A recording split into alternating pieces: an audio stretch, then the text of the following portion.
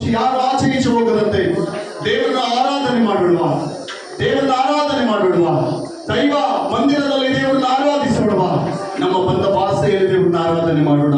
Hallelujah, hallelujah. ಎಲ್ಲರೂ ಸ್ತೋತ್ರ ಮಾಡೋಣ.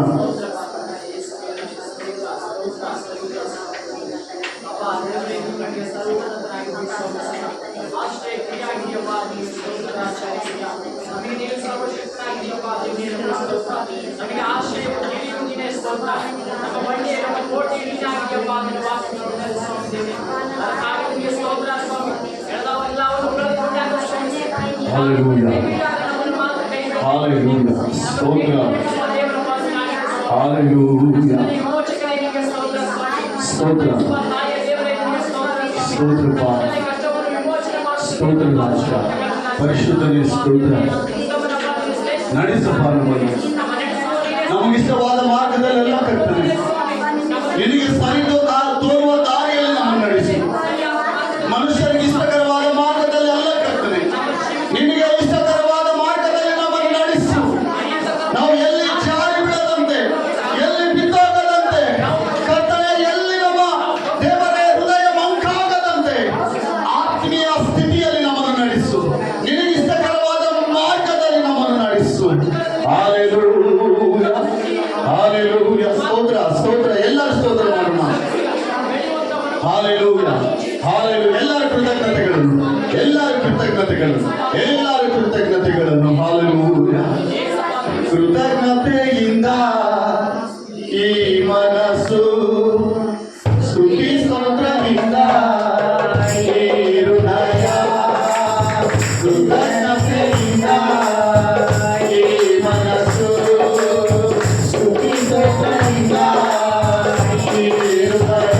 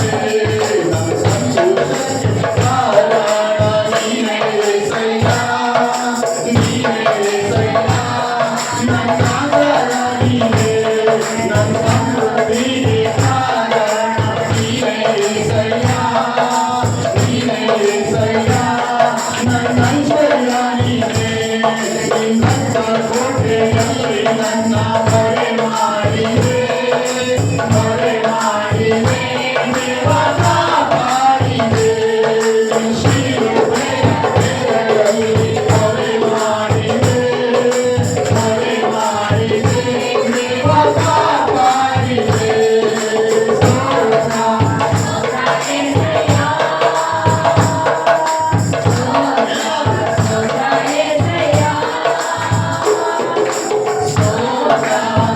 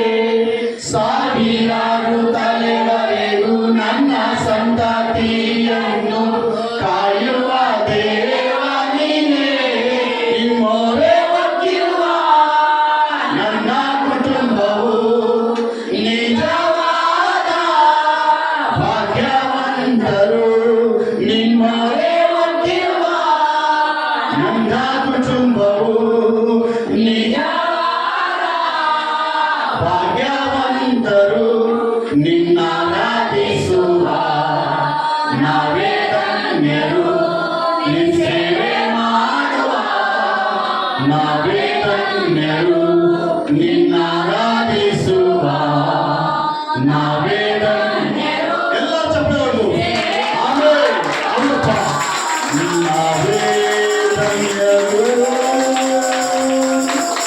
ಎಲ್ಲರೂ ಸ್ತೋತ್ರ ಮಾಡೋಣ. ನನ್ನ ಆತ್ಮೀಯ ಪ್ರಿಯ ಸಹೋದರಿ ಸಹೋದರ, ದೇವರ ವಾಗ್ದಾನ ಒಯ್ದಿದೆ. 1000 ತಲೆವರೆಗೂ ನಮ್ಮನ್ನು ಆಶೀರ್ವಾದ ಮಾಡುವ ಶಕ್ತನು, 1000 ತಲೆವರೆಗೂ ನಮ್ಮನ್ನು ಬಲಪಡಿಸಲು ಶಕ್ತನು, 1000 ತಲೆವರೆಗೂ ನಮ್ಮನ್ನು ಮೇಲೆತ್ತಲು ಶಕ್ತನು, 1000 ತಲೆವರೆಗೂ 1000 ಅಡ್ಡಿಗಳು ಬಂದರೂ ನಿನ್ನನ್ನು ಬಿಡದೆ ಕಾಪಾಡುವ ಸರ್ವಶಕ್ತನು ಆತನನ್ನು ತಲೆಬಾಗಿಸಿ ಆರಾಧನೆ ಮಾಡೋಣ. ಎಲ್ಲರ ಬಾಯಿಗಳಿಂದ ಸ್ತುತಿ ಸ್ತೋತ್ರಗಳು ಆತನಿಗೆ ಸಲ್ಲಲಿ. ಎಲ್ಲರ ಬಾಯಿಗಳಿಂದ ಎಲ್ಲ ಹೃದಯದಿಂದ ಆಳದಿಂದ ಆರಾಧನೆ ಮಾಡೋಣ. ಆತನು ನಂಬಿಕೆಸ್ತನು ಪ್ರಿಯರೇ. ಯಾರು ಕೈ ಬಿಟ್ಟರು ನಿನ್ನ ಕೈ ಬಿಡದಿರುವ ದೇವರು ನಿನ್ನನ್ನು ಬಲಪಡಿಸಿ ತಕ್ಕ ಸಮಯದಲ್ಲಿ ನಿನ್ನನ್ನು ಆಶೀರ್ವಾದ ಮಾಡಿ ನೂತನ ಕ್ರಿಯೆ ನಿನ್ನ ಮಧ್ಯದಲ್ಲಿ ಮಾಡಿ ನಿನ್ನನ್ನು ಮೇಲಕ್ಕೆ ತರಲು ಆತನೇ ಶಕ್ತನು. ನಂಬುದವರೆಲ್ಲರ ಆರಾಧನೆ ಮಾಡೋಣ. ಶಬರದ ಅವಶ್ಯಗಳು ಎಲ್ಲರೂ ಸ್ತೋತ್ರ.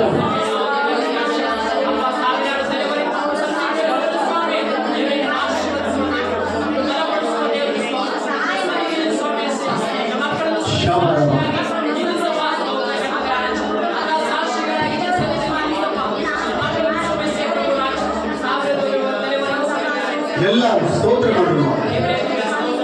ಸ್ತೋತ್ರ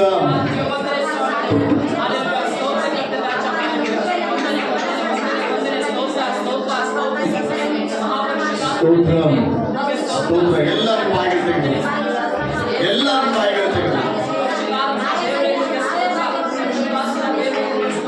దేవుడు నేను ఆశీర్వదించేలాగా ఆరాధన చేస్తావు. ఈ మంచి సమయంలో దేవుడు నీ స్థితిని మార్చేవాడు, ఆయన కృపలో నేను నడిపించేవాడు. ಆತನ ಕೃಪೆ ನಮಗೆ ಸಾಕೆಂಬುದಾಗಿರುವ ಈ ಲೋಕದಲ್ಲಿ ಆತನ ಪರಿಶುದ್ಧವಾದ ಕೃಪೆ ನಮಗೆ ಸಾಕೆಂಬುದಾಗಿರುವ Hallelujah, hallelujah, hallelujah. ಶಬರಬಲದಶಂದು ಎಕ್ಕದ ಕುರಿಮರಿಯೇ ಸ್ತೋತ್ರ. ನಮಗಾಗಿ ಬಲಿಯಾದ ಆತನೇ ಸ್ತೋತ್ರ. ಅಳಿಸಲಾಗದ ನಿನ್ನ ಪ್ರೀತಿಗಾಗಿ ಸ್ತೋತ್ರ. ವರ್ಣಿಸಲಾಗದ ನಿನ್ನ ಕೃಪೆಗಾಗಿ ಸ್ತೋತ್ರ. ನೀನು ನಮ್ಮನ್ನು ಪ್ರೀತಿಸಿದ ಶಾಶ್ವತವಾದ ಪ್ರೇಮದಿಂದಲೇ. ಹಾಲೆಲೂಯಾ. 1000 ತಲೆವರೆಗೂ ನಮ್ಮನ್ನು ಕೈ ಬಿಡದ ದೇವರು, ಕೈ ಹಿಡಿದು ಕಾಪಾಡುವ ದೇವರು. ಈಗ ಎಂತ ತಾಯಿ ತನ್ನ ಮಗುವನ್ನು ಮರೆತರು, ಮಲೆ ಕೂಸನ್ನು ಮರೆತರು, ಒಂದು ವೇಳೆ ಮರಿಬಹುದು. ನಾನು ನಿನ್ನನ್ನು ಮರೆಯುವುದೆಂದು ದೇವರು ವಾಗ್ದಾನ ಮಾಡಿದ್ದಾರೆ. ಓ ಹಾಲೆಲೂಯಾ, ಹಾಲೆಲೂಯಾ. ಆತನೇ ಪರಿಶುದ್ಧನು, ಪರಿಶುದ್ಧನು, ಪರಿಶುದ್ಧ. ಆತನೇ ನೀತಿವಂತನು, ಆತನೇ ಯಥಾರ್ಥವಂತನು.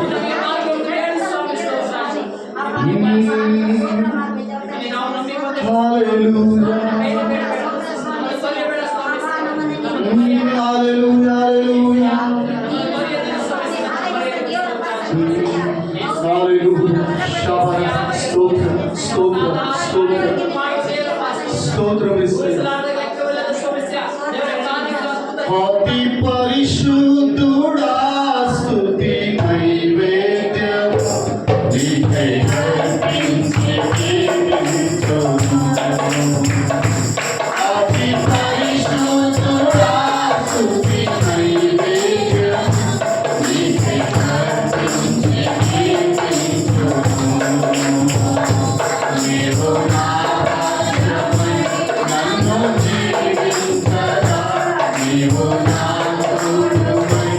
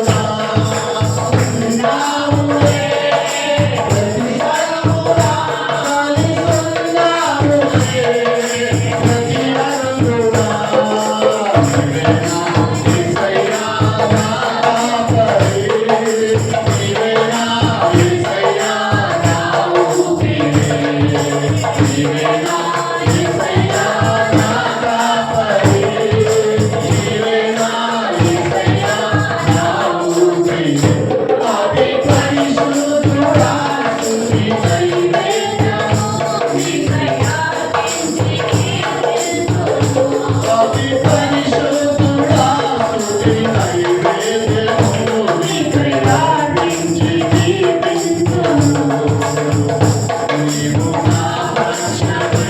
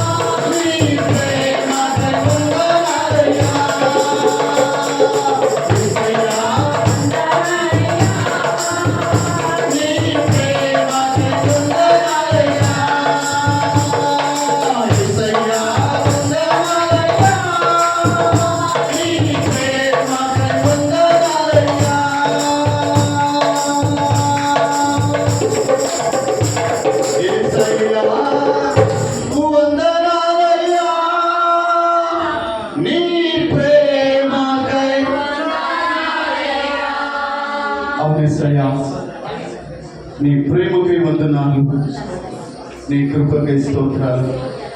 పరిశుద్ధుడా, ఉన్నతమైన వాడా, సజీవుడా, నమ్మదగిన వాడా, ఇంతవరకు ప్రభు ఆరాధనలో మనందరం నడిపించావయ్యా. పాడడానికి స్వరం ఇచ్చావు, నిలబడడానికి శక్తి ఇచ్చావు, ఓర్పునిచ్చావు. ఇంతవరకు ఈ ఆరాధనలో సహాయం చేసి మనందరిపైన నీ పరిశుద్ధాత్మను కుమ్మరించినందుకు స్తోత్రం. నీ సన్నిధిలో గడిపిన ఏ క్షణం కూడా వ్యర్థం కాదయ్యా. అది చాలా విలువ కలిగిన సమయము. ఆ సమయముని ప్రభు మీరు మర్చిపోయేవారు కాదయ్యా. ఇక్కడ ఆరాధన చేస్తున్న ప్రతి బిడ్డని ప్రభు మీరు ఆశీర్వదించండి, జీవించండి. తగిన సమయంలో మనందరికీ ప్రతిఫలన ఆశీర్వాదాన్ని కృపని వదిలించండి నాయన. ఈ కొండపైన చేస్తున్న ఈ ఆరాధన ప్రభు నీ సన్నిధికి ప్రభా చేరేంత వరకు ప్రభా ఎక్కడ కూడా ఈ ఆరాధనలో సాతాను దొంగలించుకున్నట్టు ప్రభా, దొంగడు దోచుకున్నట్టు ప్రభా, ఈ పాద సన్నిధికి ఇక్కడ చేస్తున్న దీనుల ఆరాధన ప్రార్థన అక్కడికి ముట్టాలి ప్రభా. నీకు వందనాలు. ఇంతవరకు ప్రభు ఈ ఆరాధన నడిపించి శాంతి, ప్రేమ, భద్రతతో ప్రభు మనందరినీ కాచి కాపాడినందుకు వందనాలు. వాక్యం కొరకు మనం ప్రార్థించున్నాక నీ ఆత్మ అభిషేకంతో మనం నడిపించండి. మాకు తండ్రి వలె తల్లి వలె మీరు ఆదుకొని నడిపించండి. ప్రార్థన చేస్తాము. వాక్యం కొరకు మనసును ఆశ్రమ ప్రార్థన చేస్తున్నాం. స్తోత్ర స్వామి, స్తోత్ర సర్వశక్తిని పరిశుద్ధిని పరలోకమంత దేని పాలు స్తోత్ర స్వామి. ಅಪ್ಪ ಆಕಾಶ ಭೂಮಿ ಮಾಡಿದಂಥ ದೇವರೇ ನಿನ್ನ ಸ್ತೋತ್ರ ಸ್ವಾಮಿ. ಅಪ್ಪ ಈ ಬೆಳಗಿನ ಜಾವದಲ್ಲಿ ಪ್ರಭಾ ಸರ್ವಶಕ್ತನ ದೇವರೇ ಸುದ್ದಿ ಬಾರದಲ್ಲಿದ್ದಂತೆ ಪ್ರಭಾ ಅಪ್ಪ ಆರಾಧನೆಯಲ್ಲಿದ್ದಂತೆ ಸ್ವಾಮಿ ವಾಕ್ಯ ಆರಾಧನೆಯಲ್ಲಿ ನಡೆಸ್ಕೊಟ್ಟಂತೆ ಪ್ರಭಾ ವಾಕ್ಯದೊಂದಿಗೆ ನೀನು ನಡೆಸ್ಕೊಳ್ಕೊಂಡು ಪ್ರಾರ್ಥಿಸ್ತೇನೆ ಸ್ವಾಮಿ. ಸರ್ವಶಕ್ತನ ದೇವರೇ ಅಪ್ಪ ವಾಕ್ಯದೊಂದಿಗೆ ಸ್ವಾಮಿ ನಿನ್ನ ದಾಸರೊಟ್ಟಿಗೆ ನೀನು ಮಾತನಾಡು ಅಪ್ಪ. ನಿನ್ನ ದಾಸನ ತಿಳಿಲಾದ ವಾಕ್ಯ ತಿಳಿಯಲ್ಪಡಿಸಿದಂತಾನೆ ಸ್ತೋತ್ರ ಅಪ್ಪ. ಇಲ್ಲಿ ಬಂದ ಮಕ್ಕಳೆಲ್ಲರೂ ಸ್ವಾಮಿ ವಾಕ್ಯ ಕೇಳಿ ವಾಕ್ಯ ನಿಮಿತ್ತ ನಡ್ಕೊಳ್ಳಿಕ್ಕೆ ಸಹಾಯ ಮಾಡು ಅಪ್ಪ. ಈ ಮಕ್ಕಳು ವಾಕ್ಯ ಕೇಳೋದು ಅಡ್ಡಿಪಡಿಸಿದ್ರೆ ಎಲ್ಲ ದುರಾತ್ಮ ಕಾರ್ಯಗಳು ಸ್ವಾಮಿ, ಅಡ್ಡಿಪಡಿಸಿದ್ರೆ ಎಲ್ಲ ದುರಾತ್ಮ ಕಾರ್ಯಗಳು ಯೇಸು ನಾಮದಲ್ಲಿ ಮುರಿಯಲ್ಪಡ್ಲಿಕ್ಕಾಗ್ತಾನೆ. ಸೈತಾನಿ ಸ್ಥಳವು ಈ ಮಕ್ಕಳು ಬಿಟ್ಟು ತೊಲಗಿ ಹೋಗಿ ಪ್ರಭಾ ಈ ಸ್ಥಳದಲ್ಲಿ ಸಂಘದಲ್ಲಿ ನಿಶ್ಚಿತವಾದ ನೆರವೇರಿ ಅಪ್ಪ. ಈ ಸೇವೆ ನಿನ್ ಪಾದಕ್ಕೆ ಒಪ್ಪಿಸ್ತಾನೆ, ನಿನ್ ಪಾದಕ್ಕೆ ಒಪ್ಪಿಸ್ತಾನೆ ಅಪ್ಪ. ಈ ಸೇವೆ ಕರ್ದಾದ ನೀನ್ ನೆಂಬಿಗಸ್ತನ ಸ್ವಾಮಿ ಅಪ್ಪ. ನಾ ಮನುಷ್ಯರಾದ ಅಪನಂಬಿಗಸ್ತರಾದ ನೀನ್ ನೆಂಬಿಗಸ್ತನ ಕರ್ತನೆ. ನೀವೇ ಸಹಾಯ ಮಾಡಿ ಬಲಪಡಿಸು ಪ್ರಾರ್ಥಿಸ್ತಾ ಎಲ್ಲ ವಿಷಯ ನಿನ್ ಪಾದಕ್ಕೆ ಒಪ್ಪಿಸ್ತಾನೆ ಕರ್ತನೆ. ಸಮಾಧಾನ ಶಾಂತಿ ನೆಮ್ಮದಿಯಿಂದ ವಾಕ್ಯದೊಂದಿಗೆ ನೀನು ಮಾತನಾಡ್ಬೇಕಂತ ಯೇಸು ಪರಿಶುದ್ಧ ನಾಮದಲ್ಲಿ ಬೇಡ್ಕೊಡೋ ತಂದೆ ದೇವರೇ ಆಮೆನ್. ದಯಮಾಡಿ ಎಲ್ಲ ಕೂತ್ಕೊಳ್ಳೋಣ ಪ್ರಿಯರೇ. ಬಿಸಿಲು ಒತ್ತಡ ಜಾಸ್ತಿ ಇದೆ. ದೇವರಿಗೆ ಸ್ತೋತ್ರ.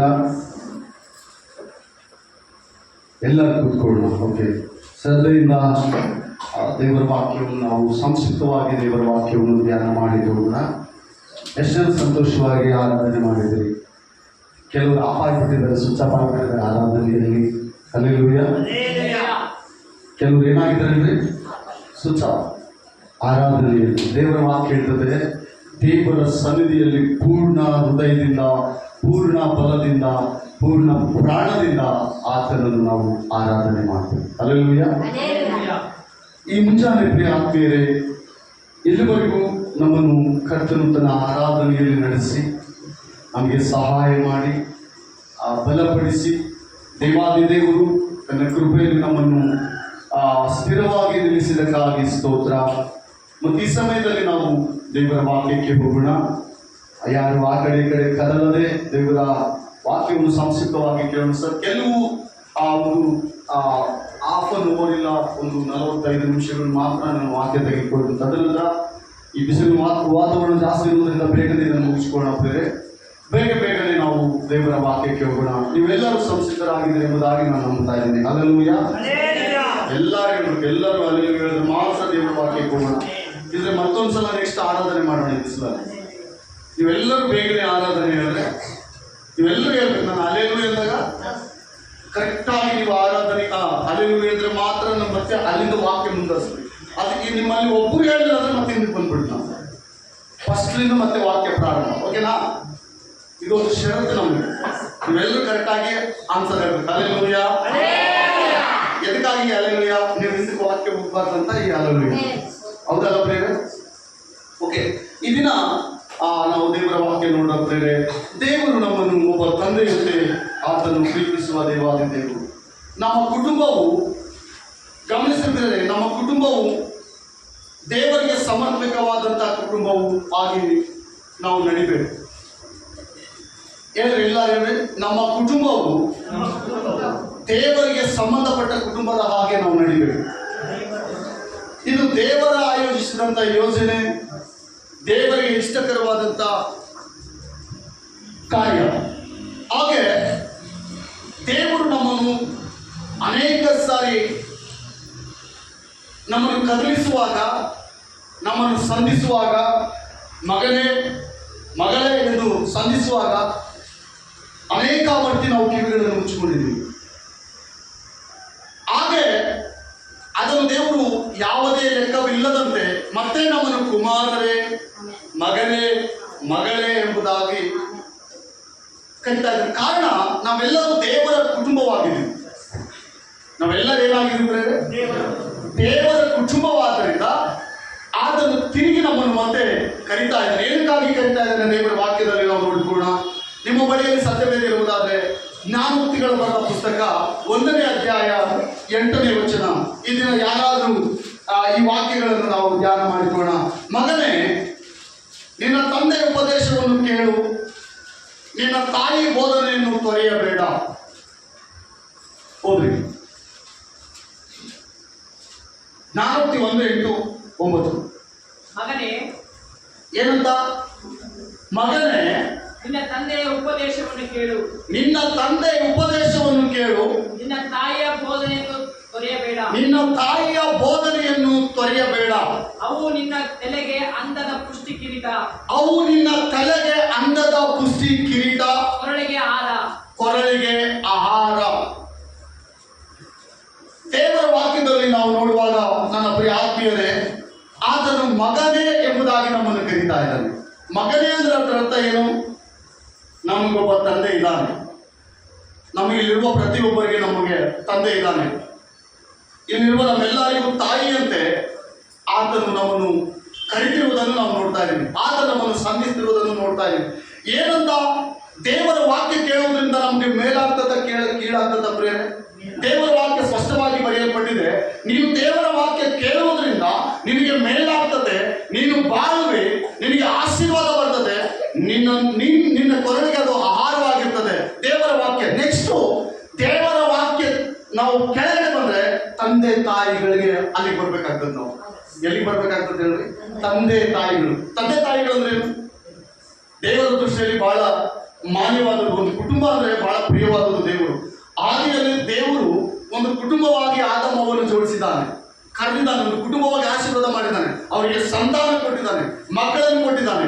ಈಗ ಆ ಮಕ್ಕಳನ್ನು ಬೆಳೆಸುವ ಜವಾಬ್ದಾರಿ ತಂದೆ ತಾಯಿ ಮೇಲೆ ಭಾರ, ತಂದೆ ತಾಯಿ ಮೇಲೆ ಭಾರ. ಈಗ ದೇವರ ವಾಕ್ಯ ನಮ್ಮನ್ನು ಕರೆದಿದ್ದಾನೆ, ನಮ್ಮ ಮೇಲೆ ಆತನಿಗೆ ಭಾರವಿದೆ. ನಾವೆಲ್ಲರೂ ಒಂದು ಕುಟುಂಬದೋಪಾದಿಯಲ್ಲಿ ಆತನಿಗೆ ಕಾಣಿಸಿಕೊಳ್ತಾ ಇದ್ದೀವಿ. ಆತನ ವಾಕ್ಯ ಹೀಗೆ ಹೇಳ್ತದೆ, ನನ್ನ ಮಗನೇ, ನಿನ್ನ ತಂದೆ ಉಪದೇಶವನ್ನು ಏನ್ ಮಾಡಬೇಡ, ಮರೆಯಬೇಡ. ತಾಯಿ ಒಂದು ಉಪದೇಶವನ್ನು ಏನ್ ಮಾಡಬೇಡ, ತೊರೆಯಬೇಡ. ಯಾಕೆ ಈ ಮಾತು ಹೇಳ್ತಾರೆ ದೇವರು? ದೇವರ ವಾಕ್ಯ ಅನೇಕ ಸಲ ಉಲ್ಲಂಘಿಸುವ ಜೀವಿತ ನಮ್ಮದು. ಆದ್ರೆ ನಾವು ತೊರೆದ್ರೆ ದೇವರ ಆಶೀರ್ವಾದ ನಮಗಿಲ್ಲ. ದೇವರ ವಾಕ್ಯವನ್ನು ನಾವು ಕೈಗೊಂಡು ನಡೆದ್ರೆ ಈ ಮೇಲುಗಳು, ಈ ವಾಕ್ಯದಲ್ಲಿರುವ ಮೇಲುಗಳು ನಮ್ಮೆಲ್ಲರಿಗೆ ಬರ್ತವೆ. ಓದ್ರಿ ಆ ವಾಕ್ಯ ಮತ್ತೊಂದ್ಸಲ ಓದ್ರಿ. ಮಗನೇ, ನಿನ್ನ ತಂದೆಯ ಉಪದೇಶವನ್ನು ಕೇಳು, ನಿನ್ನ ತಾಯಿಯ ಬೋಧನೆಯನ್ನು ತೊರೆಯಬೇಡ. ಏನ್ ಮಾಡಬೇಡ? ತಂದೆ ಉಪದೇಶವನ್ನು ಕೇಳು, ತಾಯಿಯ ಬೋಧನೆಯನ್ನು ಮರೆಯಬೇಡ. ಇಲ್ಲಿ ಆತ್ಮೀಯ ದೇವರಾಗಿರ್ಬೋದು, ಇಲ್ಲ ನಮ್ಮ ಮನೆಯಲ್ಲಿರುವ ತಂದೆ ತಾಯಿಗಳಾಗಿರ್ಬೋದು, ನಾವು ಅವರಿಗೆ ವಿಧೇಯರು, ನಾವು ಅವರಿಗೆ ಬದ್ಧರು. ಎಂಥವರೇ ಆಗಿರ್ಲಿ, ಗಮನಿಸ್ರಿ, ಎಂಥವರೇ ಆಗಿರಲಿ. ನೆಕ್ಸ್ಟ್ ಮಕ್ಕಳ ವಿಷಯಕ್ಕೆ ಬಂದ್ರೆ ಮಕ್ಕಳನ್ನು ನಾವು ಕ್ರಮವಾಗಿ ತರಬೇಕು. ಮಕ್ಕಳನ್ನು ನಾವು ಯಾವ ರೀತಿ ತರಬೇಕಂತ? ಕ್ರಮವಾಗಿ. ಕ್ರಮವಿಲ್ಲದೆ ಮಕ್ಕಳು ಮುಂದಿನ ದಿನಮಾನಗಳಲ್ಲಿ ನಾವು ಬಹಳ ಕಷ್ಟಕ್ಕೀಡಾಗ್ತೀವಿ. ಯಾವ ಕುಟುಂಬದಲ್ಲಿ ಆದರೂ ಪ್ರೇರೆ, ಅವ್ರು ಎಂಥ ಕುಟುಂಬವಾಗಿರ್ಬೋದು, ಸುಸಂಪನ್ನ ಸ್ಥಿತಿಯಲ್ಲಿ ಬದುಕಿದ ಕುಟುಂಬವಾಗಿರ್ಬೋದು, ಬಡತನದಲ್ಲಿರುವ ಕುಟುಂಬವಾಗಿರ್ಬೋದು, ನಾವು ಮಕ್ಕಳನ್ನು ಕ್ರಮವಾಗಿ ಬೆಳೆಸದೆ ಹೋದ್ರೆ ಮುಂದೆ ಒಂದು ದಿವಸ ಬಹು ಕಷ್ಟಕ್ಕೆ ನಾವು ಒಳಗಾಗ್ತೀವಿ. ಬಹಳ ಕಷ್ಟಕ್ಕೆ. ಯಾಕೆ ಒಳಗಾಗ್ತೀವಿ ಗೊತ್ತಾ? ಈ ಶರೀರ ಬಾರಿ ಹೋಗ್ತದೆ, ವಯಸ್ಸೆಲ್ಲ ಕಳೆದು ಹೋಗ್ತದೆ, ಅವರು ಪ್ರಾಯದಲ್ಲಿರ್ತಾರೆ, ಅವ್ರಿಗೆ ಹೇಳುವ ಶಕ್ತಿ ನಮಗಿರಲ್ಲ. ಆಗ ನಾವು ತಿದ್ದಿ ಅವ್ರನ್ನ ಬುದ್ಧಿ ಹೇಳ್ತು ಅಂದ್ರೆ ಸಾಧ್ಯವಿಲ್ಲದ ಮಾತು. ಒಂದು ಗಾದೆ ಇದೆ, ಗಿಡವಾಗಿ ಬಗ್ಗಲಾರದು, ಮರವಾಗಿ ಬಗ್ಗುವುದಿಲ್ಲಯ್ಯ. ಬಹಳ ನೀಟಾಗಿ ದೇವರ ಮಕ್ಕಳಾದ ನಾವು ದೇವರ ಮುಂದೆ ಪ್ರತಿಜ್ಞೆ ಮಾಡಿಕೊಂಡು ನಾವು ಆತನ ಕರುವಿಕೆಗೆ ಕರೆಯಲ್ಪಟ್ಟ ಜನಾಂಗವಾಗಿಯೂ ಆತ ನಮಗೆ ತಂದೆ ತಾಯಿಯಂತೆ ಉಪದೇಶ ಬೋಧನೆ ಇದು ಪ್ರತಿದಿನ ಕೇಳೋದ್ರಿಂದ ನಮ್ಮ ಕುಟುಂಬ ಕಟ್ಟಲ್ಪಡ್ತದೆ. ಏನಾಗ್ತದೆ ಹೇಳ್ರಿ? ಕಟ್ಟಲ್ಪಡ್ತದೆ. ದೇವರ ವಾಕ್ಯಕ್ಕೆ ಯಾವ ವ್ಯಕ್ತಿ ವಿಧೇಯನಾಗ್ತಾನೋ ತನ್ನ ಕುಟುಂಬವನ್ನು ತಾನು ಕಟ್ಟಿಕೊಳ್ಳುವುದಲ್ಲದೆ ದೇವರಿಂದ ಆ ಕುಟುಂಬ ಕಟ್ಟಲ್ಪಡ್ತದೆ. ಅದು ಕ್ರಮವಾಗಿರ್ತದೆ. ಆ ಕುಟುಂಬದಲ್ಲಿ ಯಾವುದೇ ತಾರತಮ್ಯ ಇರಲ್ಲ. ಆ ಕುಟುಂಬದಲ್ಲಿ ಹೋಗಿ ನೋಡಿದ್ರೆ ಸಾಕು, ಸಮಾಧಾನಕರವಾದಂತಹ ವಿಷಯಗಳು ಕಂಡು ಬರ್ತವೆ. ಹಾಗೆ ಮಕ್ಕಳ ವಿಷಯಕ್ಕೆ ತಂದೆ ತಾಯಿ ಬರುವುದಾದ್ರೆ ಒಂದು ಕ್ರಮದಲ್ಲಿ. ಹಾಗೆ ಮಕ್ಕಳು ಕೂಡ ತಂದೆ ತಾಯಿಯನ್ನು ಸನ್ಮಾನಿಸಬೇಕಂತ. ಏನ್ ಮಾಡ್ಬೇಕಂತ? ಅವ್ರು ದೀರ್ಘಕಾಲ ಬದುಕಬೇಕು ಈ ಭೂಮಿ ಮೇಲೇನು, ದೀರ್ಘಕಾಲ ಬದುಕಬೇಕಾ, ನಿನ್ನ ಆಯಸ್ಸು ವೃದ್ಧಿ ಆಗ್ಬೇಕಾ, ನೀನು ಚೆನ್ನಾಗಿ ಬದುಕಬೇಕಾ, ನಿನ್ನ ತಂದೆ ತಾಯಿಗೆ ಸನ್ಮಾನಿಸು. ನಾನು ಹೇಳ್ತಲ್ಲ, ಬೈಬಲ್ ಹೇಳ್ತಾರೆ, ಸತ್ಯವೇದ ಹೇಳ್ತಾರೆ, ತಂದೆ ತಾಯಿನ ಯಾರು ನಿರಾಕರಿಸಬಾರ್ದಂತ ವಾಕ್ಯ ಹೇಳ್ತದೆ. ತಂದೆ ತಾಯಿನ ಸನ್ಮಾನಿಸ್ರಿ, ತಂದೆ ತಾಯಿಗಳನ್ನು ಸನ್ಮಾನಿಸ್ರಿ. ಈ ಭೂಮಿ ಮೇಲೆ ಬಹುಕಾಲ ಬದುಕು ನಿನ್ನ ಆರೋಗ್ಯವನ್ನು. ನನ್ನ ಆತ್ಮೀಯ ಪ್ರಿಯ ಸಹೋದರ, ಕೆಲವು ತಂದೆ ತಾಯಿಗಳು, ಕೆಲವು ಮಕ್ಕಳು ಮಕ್ಕಳ ಮಾತು ತಂದೆ ತಾಯಿಗಳು ಕೇಳಂಗಿಲ್ಲ, ತಂದೆ ತಾಯಿಗಳು ಮಾತು ಮಕ್ಕಳು ಕೇಳಲ್ಲ. ಇದು ಫ್ಯಾಮಿಲಿನ? ದೈವ ಪ್ರೇಮದಿಂದ ಕಟ್ಟಲ್ಪಟ್ಟ ಯಾವುದೇ ಕುಟುಂಬವಾಗಲಿ ದೈವ ಕೃಪೆಯಲ್ಲಿ ಅದಿರುವುದಾದ್ರೆ ದೇವರ ಆ ಕುಟುಂಬವನ್ನು ಕಟ್ಟಿ ಕಾಪಾಡ್ತಾನೆ, ಸ್ಥಿರಪಡಿಸ್ತಾನೆ. ಎಲ್ಲ ವಿಷಯದಲ್ಲಿ ಅವರನ್ನು ತಿದ್ದುತ್ತಾನೆ, ಎಲ್ಲ ವಿಷಯದಲ್ಲಿ ಕ್ರಮಪಡಿಸ್ತಾನೆ, ಎಲ್ಲ ವಿಷಯದಲ್ಲಿ ಅವ್ರನ್ನ ಮೇಲಕ್ಕೆ ತರ್ತಾನೆ. ಕೆಲವು ಕುಟುಂಬಗಳಲ್ಲಿ ಮಕ್ಕಳು ತಂದೆ ತಾಯಿ ಮಾಡಿಬಿಡ್ತಾರೆ. ನಮ್ಮೂರಲ್ಲಿ ಊರು ಗೌಡ ಇದ್ದಾರೆ ಅನ್ಕೊಳ್ಳಿ, ರಾತ್ರಿ ಎಲ್ಲ ಅದನ್ನು ಕಟ್ಟಕ್ಕೆ ಹೋಗ್ತಾರೆ ಮಕ್ಕಳು. ಬೆಳಿಗ್ಗೆ ಮತ್ತೆ ಊರು ಗೌಡಿಗೆ ಮಾಡೋದು ಬಿಡಲ್ಲ ನಾವು. ಹಲ್ಲೆಲೂಯಾ. ಏನ್ ಮಾಡ್ತಾರೆ ಅಂತ ಹೇಳಿ, ರಾತ್ರಿ ಎಲ್ಲ ಕಟ್ಟಕ್ಕೆ ಮಕ್ಕಳು ಬಾಗ ತಂದು ಹೊಡಿತಾರೆ ಅವನ್ನ, ಮತ್ತೆ ಬೆಳಿಗ್ಗೆ ಬಂದು ಊರು ಗೌಡಿಗೆ ಮಾಡೋದು ಬಿಡಲ್ಲ ಅವನು. ಆದ್ರೆ ಅವ್ನ ಛಾಯ ಅಷ್ಟೇ. ಕುಟುಂಬವು ಕ್ರಮ ಇಲ್ಲದ ಕುಟುಂಬ ನರಕಕ್ಕೆ ಸಮಾನ. ಕ್ರಮ ಇಲ್ಲದ ಕುಟುಂಬ ಅಲ್ಲಿರೋದೊಂದೇ, ನರಕದಲ್ಲಿರೋದು ಒಂದೇ. ಗಮನಿಸ್ರಿ ನನ್ನ ಆತ್ಮೀಯ ಪ್ರಿಯ ಸಹೋದರಿ ಸಹೋದರ, ತಂದೆ ತಾಯಿ ಉಪದೇಶ ದೇವರ ವಾಕ್ಯ, ತಂದೆ ಉಪದೇಶವನ್ನು ದೇವರ ವಾಕ್ಯ. ಇದನ್ನು ನಾವು ಕಲಿತ್ರೆ ನಮ್ಮ ಮಕ್ಕಳಿಗೆ ಈಜಾಗಿ ಕಲಿಸ್ಬೋದು. ನಮ್ಮ ಮಕ್ಕಳಿಗೆ ಕೂಡ ಅದನ್ನು ಕಲಿಸಿದ್ರೆ ಅವ್ರ ಮಕ್ಕಳಿಗೆ ಕೂಡ ಅದು ಉಪದೇಶವಾಗಿ ಮಾಡಿಕೊಡ್ತದೆ. ಆ ಕುಟುಂಬ ಕೂಡ ಕ್ರಮವಾಗಿ ಹೋಗ್ತದೆ. ಅದಿಲ್ಲದ ಕುಟುಂಬ ನರಕಕ್ಕೆ ಸಮಾನ. ಅದಿಲ್ಲದ ಕುಟುಂಬ ನರಕಕ್ಕೆ ಸಮಾನ. ತಂದೆ ತಾಯಿಗಳನ್ನು ಸನ್ಮಾನಿಸಬೇಕು, ಹಾಗೆ ಮಕ್ಕಳನ್ನು ಕೂಡ ತಂದೆ ತಾಯಿಗಳು ಸನ್ಮಾನಿಸಬೇಕು. ವಿವೇಕದಿಂದ ಅವ್ರನ್ನ ಸನ್ಮಾನಿಸಬೇಕು. ತಂದೆ ತಾಯಿಗಳು ಆ ಮಕ್ಕಳನ್ನು ರೇಗಿಸುವ ಸ್ಥಿತಿಯಲ್ಲಿ ಇರಬಾರ್ದು. ಮಕ್ಕಳು ಎಲ್ಲಿ ಕೊಡ್ತಾರೆ ಹೇಳಿ ತಂದೆ ತಾಯಿ ಅಂದ್ರೆ, ಕೆಲವರು ಕ್ರಮವಾಗಿರಲ್ಲ, ಭಯಭಕ್ತಿರಲ್ಲ, ಹೊಡೆದ್ಬಿಡ್ತಾರೆ. ನನ್ನ ಮಗ ಹೊಡೆದ, ನನ್ನ ಮಗಳು ಹೊಡೆದು. ಹಲ್ಲೆಲೂಯಾ. ಹಲ್ಲೆಲೂಯಾ. ಮಕ್ಕಳು ಹೊಡೆದ್ಬಿಡ್ತಾರಂತ ತಂದೆ ತಾಯಿ, ಎಲ್ಗೋ ಗೊತ್ತಿಲ್ಲ. ದೇವರ ವಾಕ್ಯಕ್ಕೆ ನಾವು ಫಸ್ಟ್ ವಿಧೇಯರಾಗಬೇಕು. ಯಾರು? ತಂದೆ ತಾಯಿಗಳು. ಯಾರು ಹೇಳ್ರಿ? ತಂದೆ ತಾಯಿಗಳು ಫಸ್ಟ್ ವಿಧೇಯರಾಗಬೇಕು. ನೆಕ್ಸ್ಟ್ ಅದನ್ನ ನೋಡಿ ಅವ್ರು ಕಲಿತಾರೆ. ನೆಕ್ಸ್ಟ್ ಅವ್ರು ನೋಡಿ ಏನ್ ಮಾಡ್ತಾರೆ ಅಂದ್ರೆ ಅದನ್ನೇ ಪಾಟಿಸ್ತಾರೆ. ಅದು ನಮ್ಮ ತಾಯಿ ತಂದೆ ದೇವರ ಭಕ್ತಿ ಭಯಭಕ್ತಿ ಇಲ್ಲ, ನಮ್ಮ ತಾಯಿ ದೇವರ ಭಯಭಕ್ತಿ ಇಲ್ಲ, ನಮ್ಮ ತಂದೆ ದೇವರ ಭಯಭಕ್ತಿ ಇರ್ತಾನೆ. ಅವ್ರು ಎಷ್ಟು ಕ್ರಮ ಎಲ್ಲ ನೋಡ್ತಿರ್ತಾರಂತ ನಮ್ಮ ಮನೆಯಲ್ಲಿ. ಹಾಗೆ ದೇವರು ಕೂಡ ದೇವರ ಸನ್ನಿಧಿಗೆ ನಾವು ಬಂದಾಗ ನಾವೆಷ್ಟು ಕ್ರಮವಾಗಿದ್ದೀವಿ, ನಾವು ಏನಾಗಿದ್ದೀವಿ, ನಾವು ಹೆಂಗಿದ್ದೀವಿ, ಆತನ ಉಪದೇಶಕ್ಕೆ ಒಳಗಾಡ್ತಾ ಇದ್ವಾ, ಆತನ ವಾಕ್ಯಕ್ಕೆ ಒಳಗಾಡ್ತಾ ಇದ್ವಾ, ಆತನ ಉಪದೇಶವನ್ನು ಕೇಳ್ತಾ ಇದ್ವಾ, ಆತನ ಉಪದೇಶಕ್ಕೆ ಅನುಗುಣವಾಗಿ ನಡೀತಾ ಇದ್ವಾ, ಆತನು ನಮಗೆ ಬೋಧಿಸಿದಂತೆ ನಾವು ಇದೀವಾ. ಒಂದು ವೇಳೆ ತಪ್ಪಿ ಹೋದರೆ ಪ್ರಾರ್ಥನೆಯಲ್ಲಿ ದೇವರು ಸರಿ ಮಾಡಲಿಕ್ಕೆ ಶಕ್ತನು, ವಾಕ್ಯದ ಉಪದೇಶದೊಂದಿಗೆ ಸರಿ ಮಾಡಲಿಕ್ಕೆ ಶಕ್ತನು. ಇಲ್ಲಿ ಯಾರಾದ್ರೂ ಬಂದ್ರೆ ವಾಕ್ಯ ಉಪದೇಶದಿಂದ ಒಂದು ಮಾತು ದೇವರಂದ್ರೆ ಅದು ನಾನು ಸರಿ ಹೋಗ್ಬೇಕಷ್ಟೇ. ನಾನು ಸರಿ ಹೋಗ್ಬೇಕು, ಎಲ್ಲೋ ತಪ್ಪಿ ಹೋಗಿದ್ದೀನಿ ನಾನು. ನನ್ನ ತಂದೆ ಬೋಧಿಸ್ತೆ, ನಿನ್ನ ತಂದೆ ಮೇಲೆ ನಿನ್ನ ತಂದೆ ನಿನ್ನನ್ನು ತಿದ್ದುವಾಗ ನೀನು ಹೌದನ್ಬೇಡಿ, ನಿನ್ನ ತಾಯಿ ಗದರಿಸುವಾಗ ಹೌದನ್ಬೇಕು. ದೇವರ ವಾಕ್ಯಲ್ಲಿ ನಮ್ಮನ್ನು ತಿದ್ತಾ ಇದೆ ಅಂದ್ರೆ ನಾನು ಎಲ್ಲೇ ತಪ್ಪು ಹೋಗಿದ್ದೀನಿ, ಅದಕ್ಕೆ ನನ್ನ ತಂದೆ ಯಾರು ದೇವರು ನನಗೆ ಸರಿಪಡಿಸ್ತಾ ಇದ್ದಾನೆ, ನನ್ನನ್ನು ತಿಂತಾ ಇದ್ದಾನೆ, ತಿದ್ದುವ ಕ್ರಮದಲ್ಲಿದ್ದಾನೆ. ಕಂಡ್ರೆ ಲೋಕದಲ್ಲಿ ಯಾರು ನಮ್ಮನ್ನು ಸೇರಲ್ಲ. ಲೋಕ ಹೆಂಗಾದ್ರೂ ಸಹಿಸ್ಕೊಂಡು ಹೋಗೋದು, ಆದ್ರೆ ದೇವರು ಸಹಿಸಲ್ಲ. ಡೊಂಕ ಇದ್ರೆ ಒಂದು ಪದ್ಧತಿ ಇದೆ ದೇವರಲ್ಲಿ, ಒಂದು ಕ್ರಮ ಇದೆ ದೇವರಲ್ಲಿ, ಒಂದು ನೀಟ್ನೆಸ್ ಎಂಬುದಿದೆ ದೇವರಲ್ಲಿ. ಅದಿದ್ರೆ ದೇವರು ನಮ್ಮನ್ನು ಆಕ್ಸೆಪ್ಟ್ ಮಾಡ್ತಾನೆ. ಅದಿಲ್ಲದೆ ಹೋದ್ರೆ ದೇವರಿಗೆ ಸ್ವಲ್ಪ ಬೇಜಾರು. ನನ್ನ ವಾಕ್ಯ ಇವರಲ್ಲಿ ಇಲ್ವಲ್ಲ, ನನ್ನ ಉಪದೇಶ ಇವರಲ್ಲಿ ಇಲ್ವಲ್ಲ. ತಾಯಿಯ ಬೋಧನೆ ಕೇಳು, ತಂದೆ ಉಪದೇಶವನ್ನು ಮರಿಬೇಡ. ಈ ರೀತಿ ನಾವು ಸನ್ಮಾನಿಸುತ್ತಾ ದೇವರ ಭಯಭಕ್ತಿಯಿಂದ ಹೋಗುವುದಾದ್ರೆ ಆ ಕುಟುಂಬದಲ್ಲಿ ಏನೆಂದರೂ ದೇವರ ಆಶೀರ್ವಾದ ಇದ್ದರೆ ಸಾಧ್ಯ. ಆತ್ಮೀಯ ಸಹೋದರಿ, ನನ್ನ ಸಹೋದರ, ನೆಕ್ಸ್ಟ್ ವಾಕ್ಯ ಇದು ಅರ್ಥ ಆಗುವ ಹಾಗೆ ನಾನು ಇನ್ನೊಂದು ನಿಮಗೆ ವಾಕ್ಯ ತೋರಿಸ್ತಾ ಇದ್ದೀನಿ. ಎಫೆಸಿಯವರು ಬರೆದ ಪತ್ರಿಕೆ 6ನೇ ಅಧ್ಯಾಯ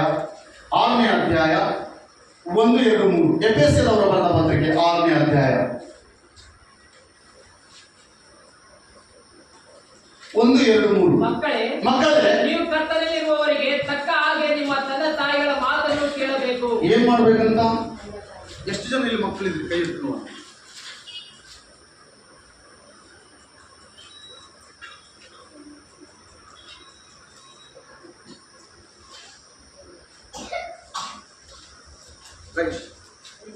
ಮಕ್ಕಳೇ, ನೀವು ಕರ್ತನಲ್ಲಿರುವವರಿಗೆ ತಕ್ಕ ಹಾಗೆ ನಿಮ್ಮ ತಂದೆ ತಾಯಿಗಳ ಮಾತನ್ನು ಕೇಳಬೇಕು. ಯಾರ ಮಾತನ್ನು ಕೇಳಬೇಕಂತ ಎಲ್ಲರೂ ಸಲ ಹೇಳ್ತಾರ? ಎಲ್ಲರ ಕೈಗಳು ಆಶೀರ್ವಾದ ಮಾಡಿ.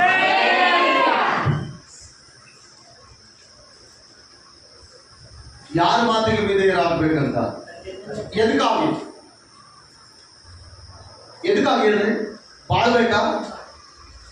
ಸುಖದಿಂದ ಬಾಳ್ಬೇಕಾ? ಸಂತೋಷದಿಂದ ಬಾಳ್ಬೇಕಾ? ಆತ್ಮೀಯರೇ ಗಮನಿಸ್ರಿ, ನಿನ್ನ ದಿನಗಳು ವೃದ್ಧಿಯಾಗಿ ನಿನ್ನ ಆಯಸ್ಕಾಲ ಚೆನ್ನಾಗಿರ್ಬೇಕಾ? ನೀನು ಓದಲ್ಲಿ ದೇವರ ಕೃಪೆ, ದೇವರ ಆಶೀರ್ವಾದವು ಬರಬೇಕಾ? ತಂದೆ ತಾಯಿಗಳಿಗೆ ವಿಧೇಯರಾಗಿ, ಅವ್ರು ಎಷ್ಟೇ ಅವ್ರು ಎಷ್ಟೇ ಮುಖ್ಯನವರಿರಲಿ, ಅವ್ರು ಎಷ್ಟೇ ಸಾಯುವ ಸ್ಥಿತಿಯಲ್ಲಿರಲಿ, ನನ್ನ ಆತ್ಮೀಯ ಪ್ರಿಯ ಸಹೋದರಿ ಸಹೋದರ, ದೇವರು ನಿಮ್ಮೆಲ್ಲರ ಹತ್ರ ಮಾತನಾಡ್ತಾರೆ. ಅವರಿಗೆ ವಿಧೇಯರಾದ್ರೆ ಈ ಭೂಮಿಯ ಮೇಲೆ ಬಹುಕಾಲ ನೀವು ಜೀವಿಸ್ತೀರಿ. ಈ ಭೂಮಿಯ ಮೇಲೆ ಬಹುಕಾಲ ದೇವರು ನಿಮಗೆ ಆರೋಗ್ಯ ಆಯುಸ್ಸು ಆಶೀರ್ವಾದ ಮಾಡ್ತಾನೆ. ವೃದ್ಧಾಪ್ಯದಲ್ಲಿ ಅನೇಕರು ತಂದೆ ತಾಯಿಗಳನ್ನು ಬಿಡುವುದು ನಾವು ನೋಡ್ತಾ ಇದ್ದೀವಿ. ತಂದೆ ತಾಯಿಗಳನ್ನು ನಿರಾಕರಿಸುವುದು ನಾವು ನೋಡ್ತಾ ಇದ್ದೀವಿ. ಅವ್ರನ್ನ ಬೇಡ ಎನ್ನುವರು ಅನೇಕರಿದ್ದಾರೆ. ನನ್ನ ಆದ್ಮೇಲೆ ಅದು ಹೋದ್ಮೇಲೆ ಮತ್ತೆ ನೀನು ಸಾವಿರ ತಾಯಿ ತಂದೆ ಅಂತೇಳಿ ನಿನ್ನ ಬಾಯಿಂದ ಹರಿಸಿದ್ರು ಅವ್ರ ತಂದೆ ತಾಯಿಗಳಿಗೆ ಆಗಲ್ಲ, ಸಾಧ್ಯನೇ ಇಲ್ಲ. ಆ ಮುಖ ಮತ್ತೆ ನೀನು ನೋಡಕ್ಕಾಗಲ್ಲ, ಆ ಋಣ ಮತ್ತೆ ನೀನು ತೀರ್ಸಕ್ಕಾಗಲ್ಲ. ಅವರು ಮಾಡಿದಂತ ಉಪಕಾರ ನಿನ್ನ ಜೀವಿತದಲ್ಲಿ ನೀನು ಜನ್ಮ ಎತ್ತಿದ್ರು ತೀರ್ಸಕ್ ಸಾಧ್ಯನೇ ಇಲ್ಲ. ತಂದೆ ತಾಯಿ ಇದ್ದವ್ರು ಕೆಲವರು ಇದ್ರಿಗೆ ಬೇಜಾರಾಗ್ಬೇಕು. ತಂದೆ ತಾಯಿ ಇದ್ದವರು ಪಕ್ಷದಲ್ಲಿ ದೇವರಿದ್ದಾನೆ. ಆದರೆ ನಮಗೆ ತಂದೆ ತಾಯಿ ಉಪದೇಶಕನು ಉಪದೇಶ ಮಾಡುವುದು. ಹಾಗೆ ತಂದೆ ತಾಯಿಗಳಿಗೆ ಮಕ್ಕಳು ವಿಧೇಯರಾಗ್ರಿ. ಮಕ್ಕಳಿಗೆ ಕೂಡ ತಂದೆ ತಾಯಿ ಯಾವ ರೀತಿ ಇರ್ಬೇಕಂತ ಕೆಳಗಿನ ಯೋಚನೆ ಹೇಳ್ತದೆ. ಇದು ಧರ್ಮ. ಮಕ್ಕಳೇ, ನೀವು ಕರ್ತನಲ್ಲಿರುವವರಿಗೆ ತಕ್ಕ ಹಾಗೆ ನಿಮ್ಮ ತಂದೆ ತಾಯಿಗಳ ಮಾತನ್ನು ಕೇಳಬೇಕು. ಇದು ಧರ್ಮವು ಸಹಿತವಾದ ವಾಗ್ದಾನ. ನೆಕ್ಸ್ಟ್, ಇದು ಧರ್ಮ ವಾಗ್ದಾನ ಸಹಿತವಾದ ಮೊದಲನೇ ಆಜ್ಞೆಯನ್ನು ಕೇಳಿರಿ. ನಿನ್ನ ತಂದೆ ತಾಯಿಗಳನ್ನು ಸನ್ಮಾನಿಸಬೇಕು. ಸನ್ಮಾನಿಸಿದರೆ ನಿನಗೆ ಮೇಲಾಗುವುದು. ಏನಾಗ್ತದಂತ? ತಂದೆ ತಾಯಿಗಳನ್ನು ಸನ್ಮಾನಿಸುವವರಿಗೆ ಏನಾಗ್ತದಂತ? ಮೇಲಾಗ್ತದ, ಕೀಳಾಗ್ತದ? ನೋಡಿ, ತಂದೆ ತಾಯಿ ಇರುವಾಗ ನಮ್ಗೆ ಗೊತ್ತಾಗ್ತದೆ ಅವ್ರ ಬೆಲೆ. ಅದ್ರಲ್ಲಿ ಯಾರಾದ್ರೂ ಒಬ್ರು ಹೋಗ್ಬಿಟ್ರೆ ಹೇಳ್ರಿ, ಅದ್ರಲ್ಲಿ ಯಾರಾದ್ರೂ ಒಬ್ರು ಹೋಗ್ಬಿಟ್ರೆ 4 ಚಕ್ರದಲ್ಲಿ ಒಂದು ಭಾಗ ಹೋದಂತೆ. 4 ಚಕ್ರದಲ್ಲಿ ಅವಾಗ ಗೊತ್ತಾಗ್ತದೆ ಅದರ ಬೆಲೆ ಏನಂತ. ಚಕ್ರ ಇರುವಾಗ ಏನನ್ಸಲ್ಲ, ಚಕ್ರ ಇರೋ ಸಾಫಿ ಆಗಿ ಹೋಗ್ತಾ ಇರ್ತದೆ. ಆ ಪಂಚರ್ ಆಗ್ಬಿಟ್ರೆ ಅವ್ನಿಗೆ ಹುಚ್ಚಾಕತ್ತು ಅಂದ್ರೆ ಟೈಮ್ ವೇಸ್ಟ್, ಹುಚ್ಚಬೇಕು, ಕಷ್ಟಪಡಿ ಮತ್ತೆ ಪಂಚರ್ ಹಾಕಿ ಮುಂದ್ಕೋಗ್ಬೇಕು. ಅದರಲ್ಲಿ ಆ ಬಾಳಿನ ಚಕ್ರ ನೋಡ್ರಿ, ತಂದೆ ತಾಯಿಗಳು ಒಂದು ಬಾಳಿನ ಚಕ್ರ. ಅವ್ರ ಬೆಲೆ ಯಾವಾಗ ಗೊತ್ತಾಗ್ತಂದ್ರೆ ಅವ್ರು ನಮ್ಮ ಮನೆಗೆ ಇಲ್ಲ, ಈ ಲೋಕ ಬಿಟ್ಟೋದಾಗ ಗೊತ್ತಾಗ್ತದೆ ತಂದೆ ಬೆಲೆ ಏನು, ತಾಯಿ ಬೆಲೆ ಏನು. ಅಯ್ಯೋ, ನನ್ನ ತಂದೆ ನನ್ನ ಕಾಪಾಡ್ಕೊಳ್ಳಿಲ್ಲಲ್ಲ, ನಮ್ಮ ತಾಯಿ ನನ್ನ ಕಾಪಾಡ್ಕೊಳ್ಳಿಲ್ಲಲ್ಲ. ದೇವರ ವಾಕ್ಯ ಅದೇ ಹೇಳ್ತದೆ, ನಿಮ್ಮ ತಂದೆ ತಾಯಿಗಳನ್ನು ಸನ್ಮಾನಿಸಿದ್ರೆ ಈ ಲೋಕದಲ್ಲಿ ಬಹುಕಾಲ ನೀವು ಬದುಕುವಿರಿ, ದೀರ್ಘಕಾಲ ಆಯಸ್ಸಿದೆ ಅಂತ. ಹಾಗೆ ದೇವರ ಮಾತಿಗೆ ಕೂಡ ಬಹಳ ಒಪ್ಪಂದವಾಗಿ ಒಬೆಯಾಗಿರ್ಬೇಕು. ದೇವರ ಮಾತನ್ನು ಎಲ್ಲಿ ಕೂಡ ಪರಿಗಣಿಸಬಾರದು. ದೇವರ ವಾಕ್ಯವು ನಿನ್ನ ಜೀವಿತದಲ್ಲಿ ನಿನ್ನ ಮುಂದೆ ಆಕರ್ಷಣೆಯಾದ ಈ ಲೋಕದ ಮುಂದೆ ನೀನು ಇರುವಾಗ, ನೀನು ನಡೆಯುವಾಗ ಅನೇಕ ಆಕರ್ಷಣೆಗಳು ನಿನ್ನ ಆಕರ್ಷಿಸದಂತೆ, ಅದಕ್ಕೆ ನೀನು ಸೋತುವಾಗದಂತೆ ದೇವರ ವಾಕ್ಯಕ್ಕೆ ಮಾತ್ರ ನಾವೆಲ್ಲರೂ ಭಯಪಟ್ಟು ಜೀವಿಸ್ಬೇಕು. ಆಗ ನಮ್ಮ ದಿನಗಳು ಏನಾಗ್ತವೆ ಅಂತ ವೃದ್ಧಿ ಆಗ್ತದೆ. ಕೆಳಗಿನ ವಚನ, ಮಕ್ಕಳಿಗೆ ಕೋಪ ಬರುವ ರೀತಿ ನಡ್ಕೊಳ್ಬಾರ್ದು. ಯಾರು? ತಂದೆ ತಾಯಿಗಳು. ಮಕ್ಕಳಿಗೆ ಕೋಪ ಬರುವ ರೀತಿ ನಡ್ಕೊಳ್ಬಾರ್ದು, ಮಕ್ಕಳಿಗೆ ಕೋಪವನ್ನು ಎಬ್ಬಿಸಬಾರ್ದು. ಅದು ಯಾರು ಹೇಳ್ತಾ ಇದ್ದಾರೆ ಅಂದ್ರೆ ಬೈಬಲ್ ಹೇಳ್ತದೆ ಆ ಮಾತು ಕೂಡ. ನೋಡೋಣ. ಓಕೆ, ನಿನ್ನ ತಂದೆ ತಾಯಿಗಳನ್ನು ಸನ್ಮಾನಿಸಬೇಕು. ಸನ್ಮಾನಿಸಿದರೆ ನಿನಗೆ ಮೇಲಾಗುವುದು. ನೀನು ಭೂಮಿಯ ಮೇಲೆ ಬಹುಕಾಲ ಬದುಕುವಿ. ತಂದೆಗಳೇ, ನಿಮ್ಮ ಮಕ್ಕಳಿಗೆ ಕೋಪವನ್ನು ಎಬ್ಬಿಸದೆ ಏನ್ ಮಾಡಬಾರ್ದಂತ? ತಂದೆಗಳೇ, ಅಲೋ ನನ್ನ ಕಡೆ ನೋಡಿ, ತಂದೆಗಳೇ ಎಲ್ಲರೂ ಬಂದು, ತಾಯಿ ತಂದೆ ಎಲ್ಲರೂ ಬಂದು ನಿಮ್ಮ ಮಕ್ಕಳ ಹತ್ರ ನಿಮ್ಮ ಮಕ್ಕಳ ಗುಣಲಕ್ಷಣಗಳು ನಿಮಗೆ ಗೊತ್ತಿರ್ತವೆ. ನಿಮ್ಮ ಮಕ್ಕಳು ಹೆಂಗಿದ್ದಾರೆ, ಏನ್ ಮಾಡಿದ್ರೆ ಅವ್ರು ಚೆನ್ನಾಗಿರ್ತಾರೆ, ಮನೆಯಲ್ಲಿ ಅವ್ರನ್ನ ಹೆಂಗೆ ಕ್ರಮ ತರಬೇಕು, ಮನೆಯಲ್ಲಿ ಹೆಂಗಿರಿಸ್ಬೇಕು, ಅವ್ರನ್ನ ಏನ್ ಮಾಡಿದ್ರೆ ಅವ್ರಿಗೆ ಉಪಕಾರ ಆಗ್ತದೆ, ಮೇಲಾಗ್ತದೆ, ಇದೆಲ್ಲ ತಂದೆ ಗೊತ್ತಿರ್ತದೆ, ತಾಯಿ ಗೊತ್ತಿರ್ತದೆ. ಅದನ್ನು ಬಿಟ್ಟು ಕೆಲವರು ಬೇರೆ ರೀತಿಯಲ್ಲಿ ಹೋಗ್ತಾ ಇದ್ರೆ ತಂದೆ ತಾಯಿಯ ಮಾತು ದೇವರು ಮಕ್ಕಳು ಕೇಳಲಿಕ್ಕೆ ಸಾಧ್ಯನೇ ಇಲ್ಲ. ಅದು ಒಂದು ಸೂಚನೆ ಅಷ್ಟೇ. ಅದು ಒಂದು ಸೂಚನೆ. ಹಲ್ಲೆಲೂಯಾ. ಅದು ಕ್ರಮ. ರೈಲು ಅಳಿತದಲ್ಲಿ ವೇಸ್ಟು, ಸಂಸಾರದಲ್ಲಿ ಬಿರುಕು ಬಂದರೂ ಕೂಡ ವೇಸ್ಟ್. ಅದನ್ನು ಕಟ್ಕೊಳ್ಬೋದು, ಕಟ್ಕೊಂಡು ಸರಿಪಡಿಸುವ ಜ್ಞಾನ ಬೇಕಲ್ವಾ ಪ್ರಿಯರೇ? ನಾನು ಬೇಕಲ್ವಾ? ತಂದೆಗಳೇ, ನಿಮ್ಮ ಮಕ್ಕಳಿಗೆ ಏನು ಮಾಡಬಾರ್ದು ಅಂತ ಕೋಪವನ್ನು ಎಬ್ಬಿಸೋದು. ಕೋಪವನ್ನು ಈಗಾಗಲೇ ನಾನು ಹೇಳಿದೆ. ನಮ್ಮೂರಲ್ಲಿ ಒಬ್ಬ ಗೌಡ ಇದ್ದಾನೆ. ಬೆಳ್ತಗನ ಪಾರ್ಕಂತ ನೋಡಿದ್ರೆ ಬೆಳಿಗ್ಗೆ ಮತ್ತೆ ಗೌಡಿಗೆ ಮಾಡೋದು ಬಿಡಲ್ಲ. ಮಕ್ಕಳು ಹೊಡೆದ್ಬಿಡ್ತಾರೆ, ಬೆಳ್ತಗನ ಹೊಡಿತಾರಂತ. ಒಂದು ಕೋಣೆಗೆ ಹಾಕೊಂಡು ಎಲ್ಲಿ ಕೇಳಿ ಆಸ್ತಿ, ಎಲ್ಲಿ ಕೇಳಿ ಬಂಗಾರ ಅಂತೇಳಿ ಯಾರಿಗೆ ಕೊಟ್ಟು ಹೇಳು, ಏನು ಮಾಡಿದೆ ಹೇಳು, ಊರಾಗ ರಾಜಕೀಯ ಮಾಡ್ತೀವಿ, ಲೆಟ್ರ್ ಬರ್ತೀವಿ, ದೇಶದ ಮನೆಗಳಿಗೆ ಬೆಂಕಿ ಹಚ್ತಿ, ಇದೆಲ್ಲ ಮಾಡೋದು ನೀನು ಆಸ್ತಿಯಲ್ಲಿ ಕೇಳಂತ ಬೆಳ್ತಗನ ಬಾರ್ಕಂತ ನೋಡಿದ್ರೆ ಬೆಳಿಗ್ಗೆ ಮಗ ತಗೊಂಡು ಪೇರೆಂಟ್ ಹಚ್ಚಿ ನೀಟಾಗಿ ತಲೆ ಮಾಡಿ ಒಂದು ಕಿರಿಯ ನಡಿಗೆ ಚಿಟ್ಟಕೊಂಡು ಅವನು ಹಿಂಗ ಇವನು ಹಿಂಗ ಇದು ಹಿಂಗ ಅದು ಹಿಂಗ ಅಂತ ಗೌಡಿಗೆ ಮಾಡ್ತಾನೆ ಅಂತ ನಾವು. ಅವನ ಹುಟ್ಟು ಗುಣ ಅಷ್ಟೇ. ಅಲ್ಲೇಲೂಯ. ಪಪ್ಪೆ ನೋಡಿದಿರಾ? ಪಪ್ಪಿಗೆ ಹುಟ್ಟುತ್ತಾನೆ ಬಾಲ ಇರಲ್ಲ. ಸೇಮ್ ಯಾಜಿಪ್ಪ ಅವನ ಗುಣ.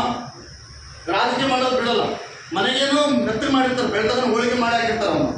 ಆದರೆ ಬೆಳಿಗ್ಗೆ ಎದ್ದು ಮಾತ್ರ ರಾಜಕೀಯ ಮಾಡೋದು ಬಿಡಲ್ಲ. ಆದರೆ ಅವ್ನು ಹೆಂಗೆ ನಡ್ಕೊಂಡಿದ್ದಾನೆ ಅಂತ ಅರ್ಥ? ಅವ್ನು ಹೆಂಗೆ ನಡ್ಕೊಂಡಿದ್ದಾನೆ ಮಕ್ಕಳ ಹತ್ರ? ಅವ್ರಿಗೆ ಕೋಪ ಬಂದಿದೆ. ಇಷ್ಟು ದಿನ ಸಣ್ಣ ಇದ್ರು, ಈಗ ಕೈ ಚೆನ್ನಾಗಿದ್ದಾರೆ, ಬಲಿಷ್ಠವಾಗಿದ್ದಾರೆ. ಅವನ ಕುಟುಂಬದಲ್ಲಿ ಸರಿ ಇರಲ್ಲ, ತಾಯಿ ಹತ್ರ ಸರಿ ಇರಲ್ಲ. ಅವ್ರ ತಾಯಿ ಯಾವಾಗ ಹೇಳ್ತಾರೆ ಸರಿ ಇಲ್ಲ, ಭಾಳ ಡೇಂಜರ್ ನೋಡಲು ತಮ್ಮ ಇವನು, ಈಗ ನಿಮ್ಮೊಬ್ಬ ಭಾಳ ಡೇಂಜರ್ ನೋಡು ಅಂತ ಹೇಳಿದ್ರೆ ಅವ್ರಿಗೆ ಸ್ವಲ್ಪ ಮೈಂಡ್ ಸೆಟ್ ಬೇರೆ ಆಗ್ತದೆ. ಹೌದಾ? ಏನು ಮಾಡಿದ್ನಂದ್ರೆ ಇವನು ಮಾಡೋ ಕತ್ಕೊಂಡು ದೊಡ್ಡ ದೊಡ್ಡ ಹೋದವಪ್ಪ, ಭಾಳ ದೊಡ್ಡ ಹೋದವ, ದೊಡ್ಡ ಕೆಡಕ ನೋಡಿ ಇವನು ಅಂತ ಹೇಳ್ಬಿಡ್ತಾರೆ ಅವ್ನು. ಅದನ್ನ ತುಂಬ್ತಾನೇ ಇರ್ತಾರೆ ಅವ್ರು. ಯಾವಾಗ ಒಂದು ದಿವಸ ಬರ್ತದೆ, ಇವನು 11 ಗಂಟೆ 12 ಗಂಟೆಗೆ ಮನೆಗೆ ಬರ್ತಾರೆ. ಅವ್ರಿಗೆ ಇವ್ರು ಬಾಕಲ್ ತಂದು ರೆಡಿ ಆಗಿರ್ತಾರೆ. ಎದಕ್ಕ? ಬೆಳ್ಳಿಗೆ ತಗೊಂಡು ಬಾರಿಸ್ತಾರ. ಮತ್ತೆ ಬೆಳಿಗ್ಗೆ ಎದ್ದು ಮಗ ತೊಗೊಂಡು ಬ್ರಷ್ ಮಾಡಿ ಇಸ್ತ್ರಂಗೆ ಎಕ್ಕೊಂಡು ಹೋಟ್ಲಾಗ ಬಂದು ಟೀ ಕುಡಿದು ಸ್ವಲ್ಪ ಸುದ್ದಿ ಮಾಡಿ ರಾತ್ರಿ ಒದ್ದಂತ ಅವ್ನು ಯಾರು ಹೇಳ್ತಾರೆ? ಹಾಗಾದ್ರೆ ಊರು ಗೌಡಲ್ಲ. ಅಲ್ಲೇ ಗೌಡಿಗೆನ ಅವ್ನು ಕೈಯಾಗಿರ್ತಾರೆ. ಊರು ಗೌಡ ಅವನು. ಏನು ನೀನು ಒದ್ದಂತೆ ಹಾಕಂತೆ ಇವ್ರಿಗೆಲ್ಲರಿಗೂ ಗೊತ್ತಿರ್ತಾರೆ. ನೀವು ಅಕ್ಕಪಕ್ಕದ ಈಗೆಲ್ಲ ಫೋನ್ಗಳು ರಾತ್ರಿ ಎಲ್ಲೇ ಹೊದ್ಬಿಟ್ರೆ ನಿನ್ನೆ ಬಳ್ಳಾರಿಗಿಂತ ಅಲ್ಲಿ ಬಂದು ನಾವು ತೆಗೆದು ನೋಡ ಹುಡುಗರು ಅಂತ ಹೇಳಿದ್ರೆ ಅವನು ಎಲ್ಲರಿಗೂ ಗೊತ್ತಾಗಿರ್ತಾರೆ. ಅದು ಹೋಟ್ಲ ಮುಂದೆ ಏನು ಬಾಯ್ ಬಿಡಲ್ಲ ಅವನು. ಅದೇ ಸುಮ್ಮನೆ ಯಾಜಿಟಿವ್ ಇರ್ತಾನೆ, ಭಾಳ ನೀಟಾಗಿ ಕ್ಲೀನಾಗಿ ಸೇವ್ ಮಾಡಿ ನೀಟಾಗಿರ್ತಾನೆ. ಬಟ್ ಬೆಳಿಗ್ಗೆ ರಾತ್ರಿ ಮಾತ್ರ ಹೋಳಿಗೆ ಆಗಿರ್ತದೆ ಮೈ ಅವನು. ಮಕ್ಕಳಿಗೆ ಕೋಪವನ್ನು ನಡೆಸ್ತದೆ. ನೆಕ್ಸ್ಟು ತಂದೆ ಬೆಲೆ ಯಾವುದು ಗೊತ್ತಾಗುತ್ತೆ ಮಕ್ಕಳಿಗೆ ಅಂದರೆ ನಾವು ಕ್ರಮವಾಗಿ ನಡೆಸಿದ್ರೆ ಮಾತ್ರ. ಇಲ್ಲದೆ ನೋಡಿ, ಕೆಲವರು ತಂದೆ ಬಗ್ಗೆ ತಾಯಿ ಬಗ್ಗೆ ಕಾಳಜಿ ಇರಲ್ಲ. ಅವ್ರು ಸತ್ರು ಅಷ್ಟೇ, ಬದುಕಿದ್ರು ಅಷ್ಟೇ ಅನ್ನೋ ರೀತಿಯಲ್ಲಿ ಇರ್ತಾರೆ. ಕಾರಣ ಇವರು ಕ್ರಮವಾಗಿ ತಿದ್ದಿರಲ್ಲ. ಎಫೆಸಿ 4ನೇ ಅಧ್ಯಾಯದಲ್ಲಿ ಹೀಗೆ ಹೇಳ್ತದೆ, 6:4 ತಂದೆಗಳೇ, ನಿಮ್ಮ ಮಕ್ಕಳ ಕೋಪವನ್ನು ಎಣಿಸದೆ ಕರ್ತನಿಗೆ ಮೆಚ್ಚುಗೆಯಾಗಿರುವ ಬಾಲ ಶಿಕ್ಷೆಯನ್ನು ನೀವು ಕೊಡಬೇಕಂತ. ಎಂತ ಶಿಕ್ಷೆ ಕೊಡಬೇಕು ಮಕ್ಕಳಿಗೆ? ಅಲ್ಲೆಲ್ಲೂಯ್ಯ. ಎಂತ ಶಿಕ್ಷೆ ಕೊಡ್ಬೇಕು ಹೇಳ್ರಿ? ಎಲ್ಲ ಹೇಳ್ರಿ. ಬಾಲ ಶಿಕ್ಷೆ. ಮಗನ ಮುದ್ದಿಸುವ ವಿಷಯದಲ್ಲಿ ಓಕೆ, ಮಗಳನ್ನ ಮುದ್ದಿಸುವ ವಿಷಯದಲ್ಲಿ ಓಕೆ, ಆದರೆ ಶಿಕ್ಷೆ ಅವರಿಗೆ ಬೇಕು.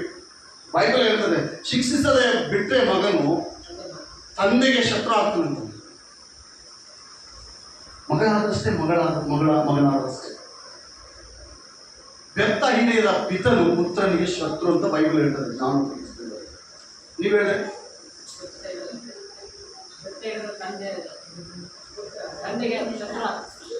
ನೀವು ಅದನ್ನು ಕ್ಲಿಯರ್ ಆಗಿ ನಾನು ಹೆಂಗೆ ಹೇಳ್ದಂಗೆ ಹೇಳ್ಬೇಕು. ವ್ಯರ್ಥ ಹಿಡಿಯದ ಪಿತನು ಪುತ್ರನಿಗೆ ಶತ್ರು, ಹಿಂಗೆ ಹೇಳ್ತು. ನಾನು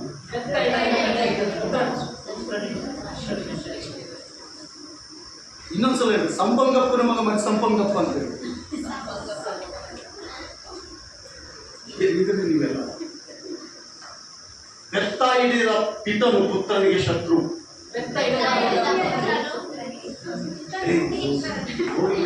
ಈ ಟ್ರಾಫಿಕ್ ಬೇಡ, ನೆಕ್ಸ್ಟ್ ಅಲ್ಲೇಲೂಯ್ಯ. ಯಾಕೆ ಕೋಪವನ್ನು ಎಬ್ಬಿಸಬಾರ್ದು ಅಂತ ಹೇಳಿ? ಬಾಲ ಶಿಕ್ಷೆ ಅವ್ರಿಗೆ ಇಲ್ಲದೆ ಹೋದ್ರೆ, ಬಾಲ ಕ್ರಮಬದ್ಧ ಅವ್ರಿಗೆ ಇಲ್ಲದೆ ಹೋದ್ರೆ, ಅಲ್ಲೇಲೂಯ್ಯ, ಗಮನಿಸ್ರಿ, ಅವರು ನಮಗೆ ಮುಂದೆ ಒಂದು ತಿರುಗಿ ಬಿಡ್ತಾರೆ. ಖಂಡಿತವಾಗಿ ತಿರುಗಿ ಬೀಳ್ತಾರೆ.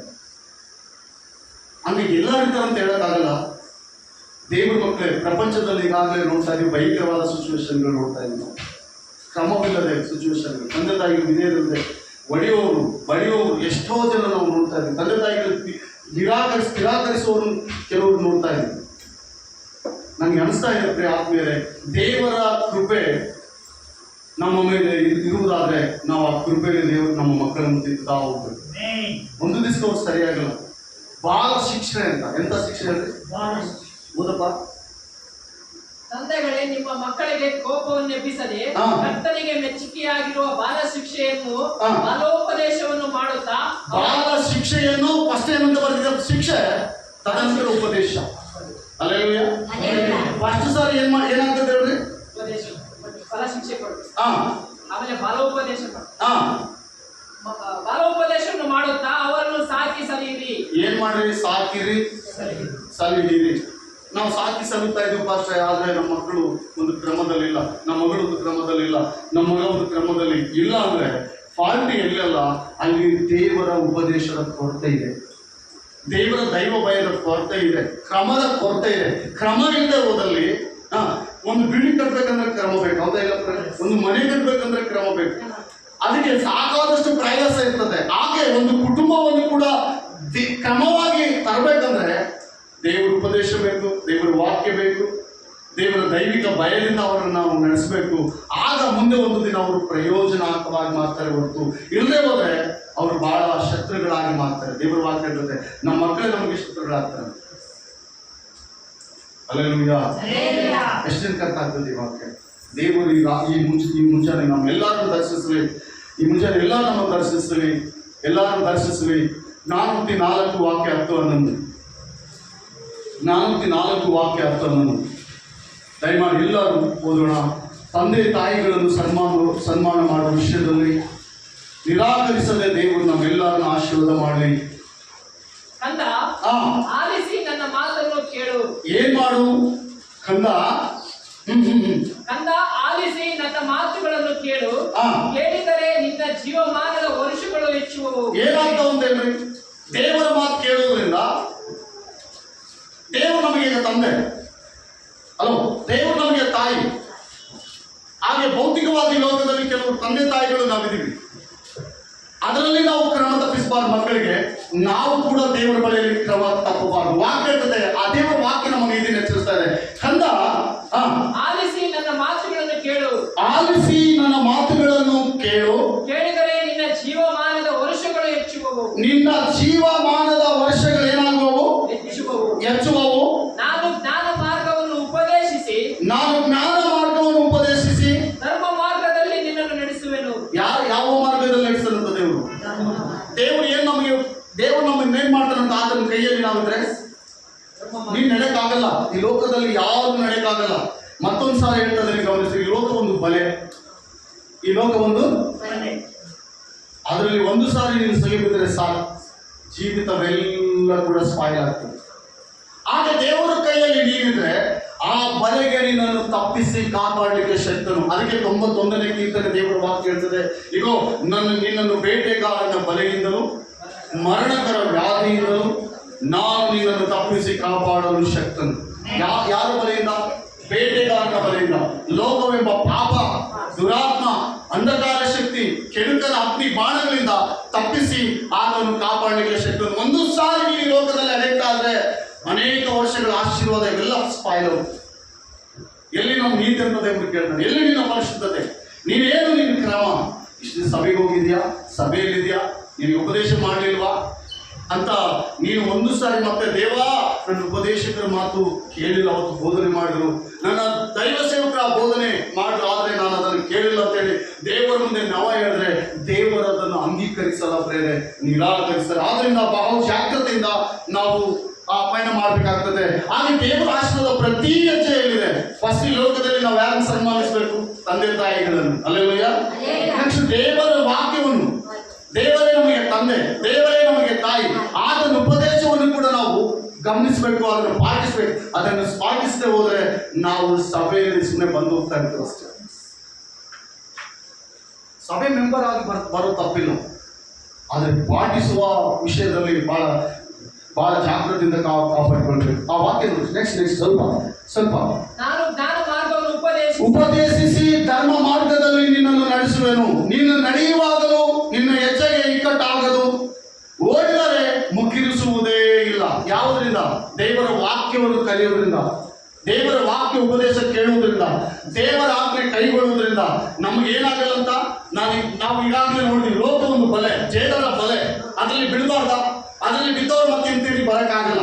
ಲೋಕದಲ್ಲಿ ಅನೇಕ ವಿಶ್ವಾಸಿಗಳು ಬಿದ್ದೋಗಿದ್ದಾರೆ, ಅನೇಕರು ಈ ಲೋಕದಲ್ಲಿ ಕಲ್ತೋಗಿದ್ದಾರೆ.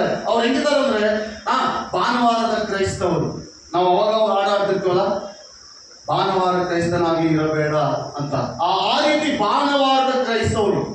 ಈಗ ನಾವು ದೇವರು ನೋಡ್ತಾ ಇದ್ದ ಸಭೆಯಲ್ಲಂತ ಕ್ರೈಸ್ತವರಲ್ಲ, ನಾವು ಸಭೆ ನೋಡ್ತಾ ಇದ್ದಂತ ಕ್ರೈಸ್ತವರಲ್ಲ, ದೇವರು ನಮ್ಮನ್ನು ನೋಡ್ತಾ ಇದ್ದಾರೆ ಎಂಬುದ ಒಂದು ಕ್ರೈಸ್ತತ್ವದಲ್ಲಿ ನಾವು ಇರ್ಬೇಕು. ಅಲ್ಲೆಲ್ಲೂಯ್ಯ. ಹೆಂಗ್ ಬೇಕಾದಂಗೆ ನಡೆಯೋದಲ್ಲ. ಕೆಲವರಿಗೆ ತಿದ್ದಿ ಬುದ್ಧಿ ಹೇಳೋದ್ರಲ್ಲಿ ನಾವು ಸ್ವಲ್ಪ ಪ್ರೆಷರ್ ಹಾಕಿದ್ರೆ ಅವ್ರು ರಿವರ್ಸ್ ಆಗಿಬಿಡ್ತಾರೆ. ನಮ್ಗೆ ತಿದ್ದಿ ಬುದ್ಧಿ, ಅಮ್ಮ ಅಪ್ಪ ಸರಿಪಡಿಸ್ಕೊ, ಸರಿಯಾಗಿರು, ಚೆನ್ನಾಗಿರು, ಇದೆಲ್ಲ ಬ್ರದರ್, ಇದೆಲ್ಲ ಸಿಸ್ಟರ್, ಇದು ಚೆನ್ನಾಗಿರ್ಬೇಕು ನಾವು ಅಂದ್ರೆ ರಿವರ್ಸ್ ಆಗೋದ್ರಿಂದ ಏನು ಪ್ರಯೋಜನ ಇಲ್ಲ. ಉಪದೇಶ ಕೇಳೋದ್ರಿಂದ ನಿನಗೆ ಆಶೀರ್ವಾದ, ದೀರ್ಘಕಾಲ ಬದುಕುತ್ತಿ, ದೀರ್ಘಕಾಲ ಆಶೀರ್ವಾದ ಇರ್ತದೆ. ಮಕ್ಕಳು ಮೊಮ್ಮಕ್ಕಳು ಕಾಣುವವರೆಗೂ ದೇವರ ಶುಭ ಆಶೀರ್ವಾದಗಳೆಲ್ಲ ಕೂಡ ನಮ್ಮಿಂದ ಇರ್ತವೆ. ಆದರೆ ಈ ಪಾಠವನ್ನು, ಈ ತಿದ್ದುಪಾಠವನ್ನು ಅನೇಕರು ಕೇಳ್ತಾ ಇಲ್ಲ. ದೇವರು ದೈವಿಕ ಭಯದಲ್ಲಿ ಅನೇಕರಿಲ್ಲ. ಈ ಲೋಕದಲ್ಲಿ ಅನೇಕರು ಕಲ್ತು ಹೋಗಿದ್ದಾರೆ. ಅವ್ರ ಜೊತೆಗೆ ನಾವು ಕಲ್ತು ಹೋಗ್ತಾ ಇದ್ವಿ. ಕೆಲವರು ಹೇಳ್ತಾರೆ, ಈಗ ನಾವು ದೇವ್ರ ಸಂಧಿಗೆ ಹೋಗ್ತಾ ಇದೀವಿ, ಏನ್ ತೊಂದರೆ ಇಲ್ಲ, ನಾವು ಇದನ್ನು ಮಾಡ್ತಾ ಇದೀವಿ. ನಾವು ದೇವ್ರ ಸಂಧಿಗೆ ಹೋಗ್ತಾ ಇದೀವಿ, ನಾವು ಇದನ್ನು ಮಾಡ್ತಾ ಇದೀವಿ. ನಾವು ದೇವ್ರ ಸಂಧಿಗೆ ಹೋಗ್ತಾ ಇದೀವಿ, ನಾವು ಇದನ್ನು ಮಾಡ್ತಾ ಇದೀವಿ. ನಮ್ಮ ಪಾಸ್ಟರ್, ನಮ್ಮ ದೈವ ಸೇವಕರಲ್ಲಿ ನಪ್ಪಲ್ಲ ಅಂದ್ರೆ ಅವ್ರದ್ದೇನು ಮುಲಾಜು ನಮ್ಗೆ? ಅವ್ರದ್ದೇನು ಮುಲಾಜು ನಮ್ಗೆ? ನೋಡ್ರಿ, ಒಬ್ಬ ಉಪದೇಶಕನ ವಿಧಾನ ಅಂದ್ರೆ ನಿನ್ನ ಆತ್ಮೀಯ ತಂದೆ ಆಗ್ತದೆ. ಅರ್ಥ ಆಗ್ತದ? ನೀವು ನನಗಿನ್ನ ದೊಡ್ಡವ್ರೆ, ನೀವು ನನಗಿನ್ನ ಉನ್ನತವಾದವ್ರೆ, ವಯಸ್ಸಿನಲ್ಲಿ ದೊಡ್ಡವರು, ಎಲ್ಲದರಲ್ಲಿ ದೊಡ್ಡವರು. ಬಟ್ ಒಬ್ಬ ಉಪದೇಶಕ ನಿಮ್ಗೆ ಸಭೆಯಲ್ಲಿ ಇದ್ದಾನ ಅಂದ್ರೆ ನಿಮ್ಮ ಆತ್ಮೀಯ ತಂದೆಯಲ್ಲಿ ಇದ್ದಾನಂತ ಅರ್ಥ. ನಿಮ್ಮನ್ನು ಬೋಧಿಸುವ ತಂದೆಯಲ್ಲಿ ಇದ್ದಾನಂತ ಅರ್ಥ. ನಿಮ್ಮನ್ನು ತಿದ್ದುಪಾటు ಮಾಡುವ ಒಬ್ಬ ದೈವ ಸೇವಕರಲ್ಲಿ ಇದ್ದಾನಂತ ಅರ್ಥ. ಆ ತಿದ್ದುಪಾಟಿಗೆ ನೀವು ಇದೇರಾದ್ರೆ ಅದ್ಭುತವಾದ ಆಶೀರ್ವಾದಗಳಿರ್ತವೆ. ದೈವ ಸೇವಕರ ಮಾತಿಗೆ ನಾನು ಏನ್ ಮಾಡಿದ್ರು ನೀವು ಒಪ್ಕೊ ಅಂತ ಹೇಳ್ತಾ ಇಲ್ಲ. ನನ್ನನ್ನು ಖಂಡಿಸುವ ಹಕ್ಕು ನಿಮಗಿದೆ. ನಾನು ತಪ್ಪು ಮಾಡಿದ್ರು ಖಂಡಿಸುವ ಹಕ್ಕು ನಿಮಗಿದೆ. ಬೇರೆ ಗಮನಿಸ್ರಿ, ನಾನು ತಿದ್ದುಪಾటు ಮಾಡುವಾಗ ನೀವು ರಿವರ್ಸ್ ಆದ್ರೆ ನಿಮ್ಮ ಜೀವಿತ ಸ್ಪಾಯಿಲ್ ಆಗಿ ಹೋಗ್ತದೆ. ದೇವರ ವಾಕ್ಯ ಕ್ರಮದಲ್ಲಿ ನಾನು ನಿಮ್ಮನ್ನು ನಡೆಸ್ತಾ ಇದ್ದೇನೆ. ದೇವರ ವಾಕ್ಯ ಇಲ್ಲದೆ ಹಿಂಗ್ ಹೋಗ್ರಿ ಅಂತ ಹೇಳಿದ್ರೆ ತಪ್ಪಾಗ್ತದೆ. ದೇವರ ವಾಕ್ಯ ಏನಿದೆ ಅದು ಹೋಗಂತ ಹೇಳಿದ್ರೆ ಅದು ನನಗೆ ಆಶೀರ್ವಾದ, ನನ್ನ ಸಭೆಗೆ ಆಶೀರ್ವಾದ, ನಿಮಗೆ ಆಶೀರ್ವಾದ, ನಿಮ್ಮ ಕುಟುಂಬ ಮಕ್ಕಳಿಗೆ ಎಲ್ಲರಿಗೂ ಆಶೀರ್ವಾದ. ನೋಡ್ರಿ, 14ನೇ ವಚನ, ಸದುಪದೇಶವನ್ನು ನೀಡಿ ಸಡಲ ಬಿಡಬೇಡ, ಅದನ್ನು ಕಾಪಾಡಿಕೋ. ಅದನ್ನ ಏನ್ ಕಾಪಾಡಿಕೋ? ಬಂಗಾರ ಕಾಪಾಡಿಕೋ, ಆಸ್ತಿ ಕಾಪಾಡಿಕೋ, ಮನೆ ಕಾಪಾಡಿಕೋ, ಇದೆಲ್ಲ ಕಾಪಾಡಿಕೋ ಅಂತ ದೇವರು ವಾಕ್ಯ ಹೇಳ್ತಾ ಇಲ್ಲ. ಉಪದೇಶ ಮಾತ್ರ ಕೇಳಿ ಕಾಪಾಡಿಕೋ. ಯಾಕೆ ಕಾಪಾಡಿಕೋ ಅಂದ್ರೆ ದುಷ್ಟರ ಮಧ್ಯದಲ್ಲಿ ನೀನ್ ಹೆಂಗೆ ನಡಿಬೇಕು ದೇವರು ಕಲಿಸುತ್ತೆ, ದೇವರು ವಾಕ್ಯ ಕಲಿಸುತ್ತೆ. ಅಲೋ, ನನ್ನ ನೋಡಿ, ದುಷ್ಟರ ಮಧ್ಯದಲ್ಲಿ ನೀನ್ ಹೆಂಗಿರ್ಬೇಕು, ದುಷ್ಟರ ಮಧ್ಯದಲ್ಲಿ ಏನ್ ಮಾತನಾಡಬೇಕು, ದುಷ್ಟನಿದ್ದಾಗ ನೀನ್ ಹೆಂಗಿರ್ಬೇಕು, ಇದೆಲ್ಲ ಕಲಿಸುವುದು ದೇವರ ವಾಕ್ಯ. ಅದಕ್ಕೆ ಭಕ್ತನಾದ ದಾವಿದನು ಹೇಳ್ತಾ ಇದ್ದಾನೆ, ದುಷ್ಟರ ಮುಂದೆ ನಾನು ಬಾಯಿಗೆ ಕೊಕ್ಕಿ ಹಾಕಿಕೊಂಡಿದ್ದೀನಿ. ಕೊಕ್ಕಿ ಆಗ್ತಾ ಏನು ಹೇಳಿ? ಕೊಕ್ಕಿ ಕೊಕ್ಕಿ ಕೊಕ್ಕಿ ಅದು ಸ್ಪೆಲ್ಲಿಂಗ್ ಹೇಳಿ. ಕೊಕ್ಕಿ ಅಂದ್ರೆ ಏನು? Pin pin pin. ದಾವಿದನು ಹಾಕಿಕೊಂಡಿದ್ದಾನಂತೆ. ದುಷ್ಟರ ಮಧ್ಯದಲ್ಲಿರುವಾಗ ನಾನು ಮಾತನಾಡಿದ ತುಟಿಗಳಿಗೆ ಕೊಕ್ಕಿ ಹಾಕಿಕೊಂಡಿದ್ದೇನೆ. ಬೈಬಲಲ್ಲಿ ಇದೆ ಈ ಮಾತು. ಬೈಬಲಲ್ಲಿ ಈ ವಾಕ್ಯ ಇದೆ. ಎಷ್ಟು ಜನ ಆ ವಾಕ್ಯ ಓದಿದ್ರು? ಓದೋದು ಮಾತ್ರ ಕೈ ಇದೆ. ಓದಿದ್ದೀರಾ? ದುಷ್ಟರ ಮಧ್ಯದಲ್ಲಿ ಏನ್ ಹಾಕೊಂಡಿದ್ದೀನಿ ನಾನು? ಯಾಕೆ? ದೇವರ ಉಪದೇಶವನ್ನಲ್ಲಿ ಇರೋದ್ರಿಂದ ಎಲ್ಲಿ ಏನ್ ಮಾತಾಡ್ಬೇಕು, ಎಲ್ಲಿ ಏನ್ ಮಾತಾಡಬಾರ್ದು, ಎಲ್ಲಿ ಏನ್ ಮಾತಾಡ್ಬೇಕು, ಎಲ್ಲಿ ಏನ್ ಮಾಡಬಾರ್ದು, ಹೆಂಗಿರ್ಬೇಕು, ಹೆಂಗಿದ್ರೆ ಚೆನ್ನಾಗಿರ್ತದೆ ಅಂತ ಒಂದು ಕ್ರಮದಲ್ಲಿ ದಾವಿದನಿದ್ದಾನೆ. ಆದ್ರಿಂದ ದಾವಿದನ ಜೀವಿತ, ಕ್ರಮದ ಜೀವಿತ ಹೆಂಗಿದೆ ಅಲ್ರಿ? ಈಗ ಆಶೀರ್ವದಿಸಲ್ಪಟ್ಟಿದೆ. ಆಶೀರ್ವದಿಸಲ್ಪಟ್ಟಿದೆ, ಶಾಪ ಗುರಿ ಆಗಿದೆ. ಹಲ್ಲೆಲೂಯಾ. ನಾನು ನೀನು ಆಶೀರ್ವಿಸಲ್ಪಡ್ಬೇಕಾ? ದೇವರ ಉಪದೇಶ ಬಹಳ ಇಂಪಾರ್ಟೆಂಟ್ ನಮಗೆ. ಈ ಲೋಕದಲ್ಲಿ ನಮ್ಗೆ ಐಶ್ವರ್ಯ ಇದೆ, ಈ ಲೋಕದಲ್ಲಿ ನಮ್ಗೆಲ್ಲ ಇದೆ. ಹಲ್ಲೆಲೂಯಾ. ಎಲ್ಲ ಇದೆ ಪ್ರೇರೆ. ಆದ್ರೆ ಈ ಲೋಕದಲ್ಲಿ ನಮಗೆ ಸಮಾಧಾನ ಇಲ್ಲ. ಈ ಲೋಕದಲ್ಲಿ ನಮ್ಗೆ ಏನಿಲ್ಲ ಅಂದ್ರೆ ನೀವು ಸಂತೋಷವಾಗಿದ್ದೀರಾ? ಎಷ್ಟು ಜನಕ್ಕೆ ಈ ವಾಕ್ಯ ಅರ್ಥ ಆಗ್ತದೆ? ಮತ್ತೆ ಹೇಳ್ತಾ ಇದ್ದೀನಿ, ನಮಗೆ ತಂದೆ ತಾಯಿ ಹೇಳಿದ್ರೆ ಸನ್ಮಾನಿಸ್ರಿ. ಅವ್ರು ಹೆಂಗೇ ಇರಲಿ ತೊಂದರೆ ಇಲ್ಲ, ಸನ್ಮಾನಿಸ್ರಿ ಅಷ್ಟೇ. ನೀವು ಬಹುಕಾಲ ಬದುಕ್ತೀರಿ. ಅವ್ರು ಮನಸ್ಸಾಗಿರ್ಲಿ, ಅವ್ರು ಕೆಟ್ಟವರಾಗಿರ್ಲಿ, ಅವ್ರ ಕೆಟ್ಟ ಸ್ಥಿತಿಗಳು ಊರಲ್ಲಿ ಎಲ್ಲ ಹೇಳಿದ್ರೆ ನಿಮ್ಮ ತಂದೆ ಹೆಂಗ್ ಮಾಡಿ, ನಿಮ್ಮ ತಾಯಿ, ಅವೆಲ್ಲ ಏನು ಕೇಳಬೇಡ್ರಿ. ನಿನ್ನ ಜವಾಬ್ದಾರಿ ಏನು ಗೊತ್ತಾ? ನೀನು ಸನ್ಮಾನಿಸು ಅಷ್ಟೇ. ದೇವರ ವಾಕ್ಯ ಸನ್ಮಾನಿಸು ಅಷ್ಟೇ. ನಿನಗೆ ಆಶೀರ್ವಾದ ಯಾರು? ನಿನಗೆ ಆಶೀರ್ವಾದ ಮಾಡು. ಹಲ್ಲೆಲೂಯಾ. ಆಶೀರ್ವಾದ ಅದನ್ನ ನಾವು ಕಳ್ಕೋಬಾರ್ದು. ನಾವೇನ್ ಮಾಡ್ಬಾರ್ದು? ಅದನ್ನ ಕಳ್ಕೋಬಾರ್ದು. ಓಕೆ, ನೆಕ್ಸ್ಟ್ ವಾಕ್ಯ ಕೀರ್ತನೆ 34:11. 34:11.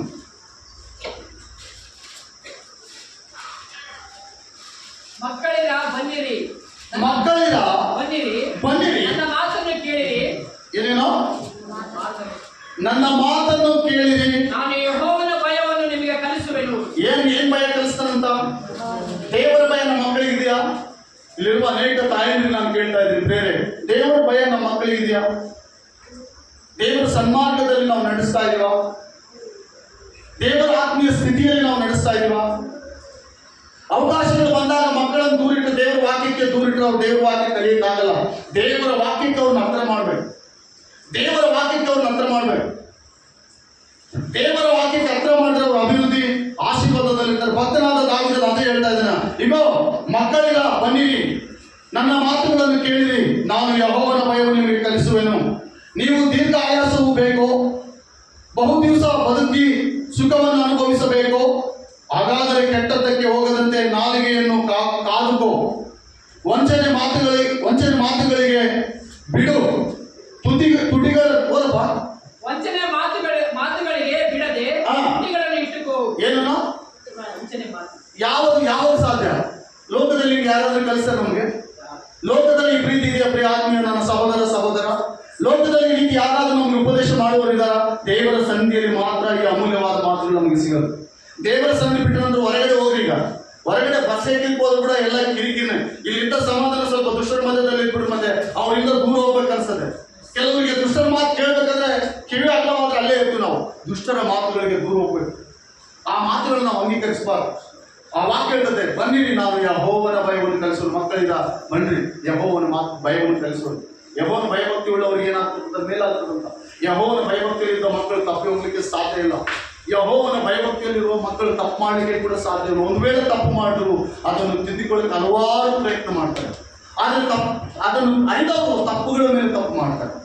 ಯಾರೇ ಮಕ್ಕಳಾಗಿದ್ರು ತಪ್ಪುಗಳ ಮೇಲೆ ತಪ್ಪು ಮಾಡ್ತಾರೆ. ಸೀರಿಯಸ್ ಆಗಿ ಹೇಳ್ತಾ ಇದ್ದೀನಿ ಪ್ರಿಯ ಆತ್ಮೀಯರೇ, ನಾವೆಲ್ಲರೂ ಮಕ್ಕಳು ಹೊಂದಿದ್ರೆ ನಮ್ಮ ಮಕ್ಕಳು ಕ್ರಮವಾಗಿದ್ದೇ ಹೋದ್ರೆ ಮುಂದೆ ಒಂದು ದಿನ ದೊಡ್ಡ ತೊಂದರೆಯನ್ನು ಅನುಭವಿಸ್ತೀವಿ.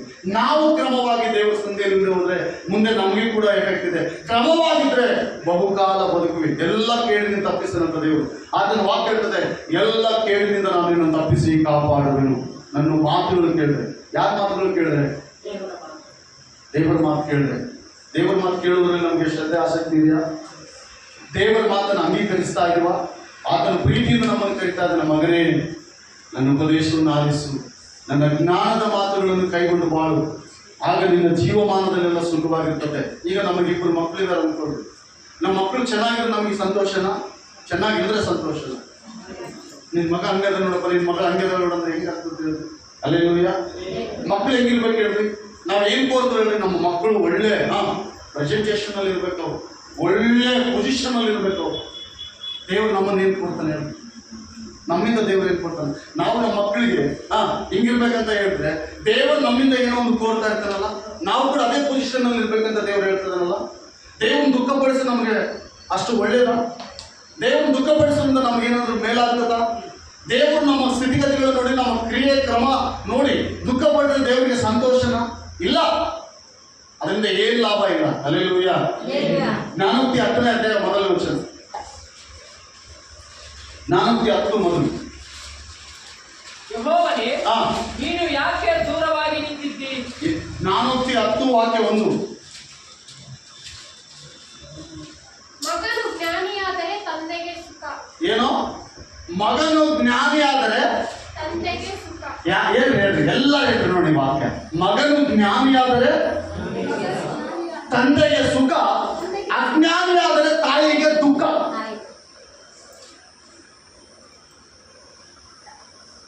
ಜ್ಞಾನಿಯಾದರೆ ತಂದೆಗೆ ಸುಖ, ಅಜ್ಞಾನಿಯಾದರೆ ಯಾರಿಗೆ ದುಃಖ?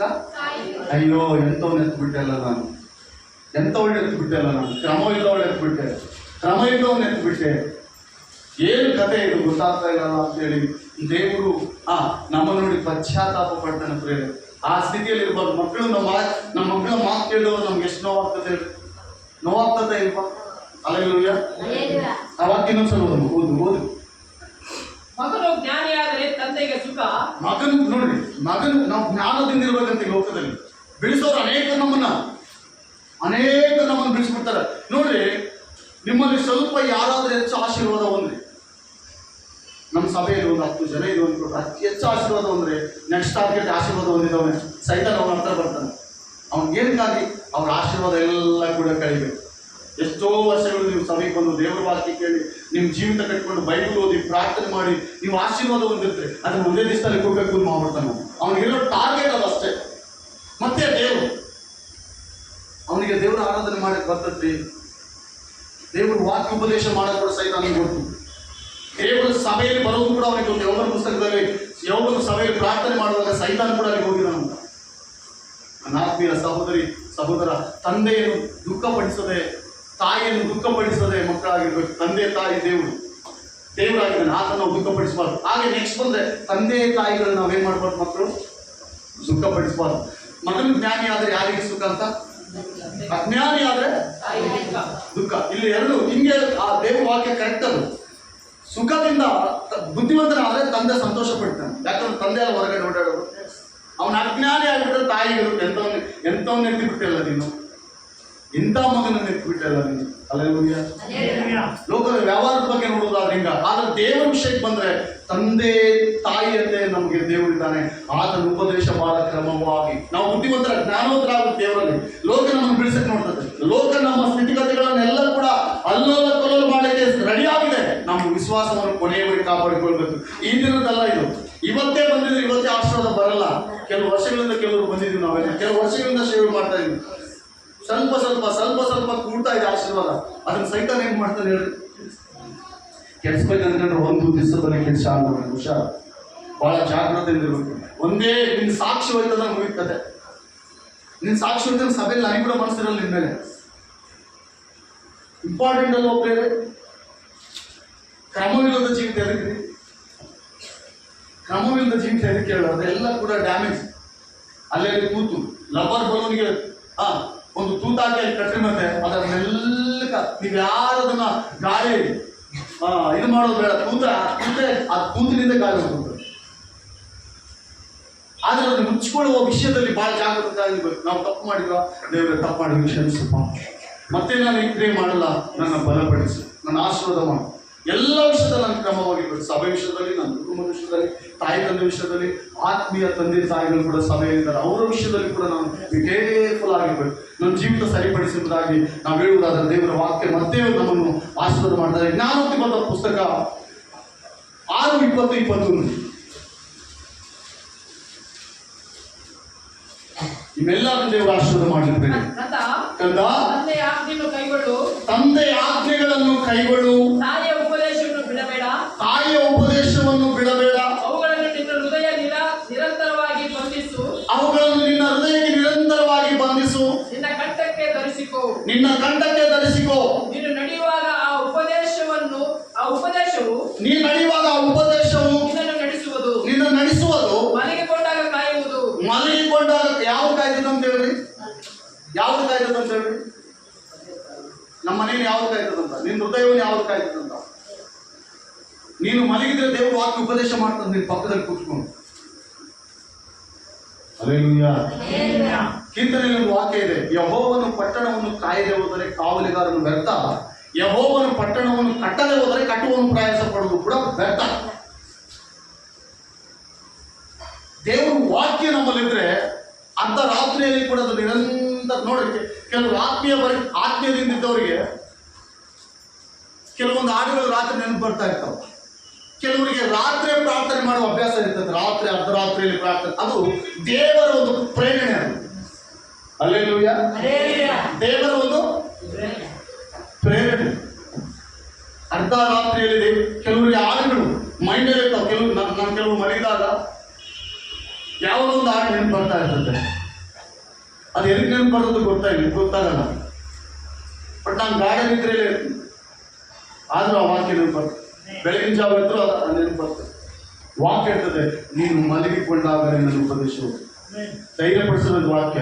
ಆಪತ್ತಿನ ಕಾಲದಲ್ಲಿ ದೇವರ ವಾಕ್ಯ ಬಹಳ ಅದ್ಭುತವಾದದ್ದು. ಕೇಳಿನ ಸಂದರ್ಭದಲ್ಲಿ ದೇವರ ವಾಕ್ಯ ಆಶ್ರಯಿಸುವುದು ಬಹಳ ಒಳ್ಳೆಯದು. ಕೇಳಿದ ಸಮಯದಲ್ಲಿ. ಹಲ್ಲೆಲೂಯಾ. ನೀವೆಲ್ಲ ಚೆನ್ನಾಗಿ ನಿದ್ದೆ ಮಾಡಿದ್ರೆ ಅನ್ಸುತ್ತೆ ನನಗೆ. ನಾನು ರಾತ್ರಿ ನಿದ್ದೆ ಮಾಡಿಲ್ಲ. ಕರೆಕ್ಟ್ 12 ಗಂಟೆಗೆ ಸಾರ್ ಆ ಬಾಂಗ್ ಸೀಳೋಗ್ಬಿಟ್ರೆ ನಾವು ನೋಡ್ಬೇಕ.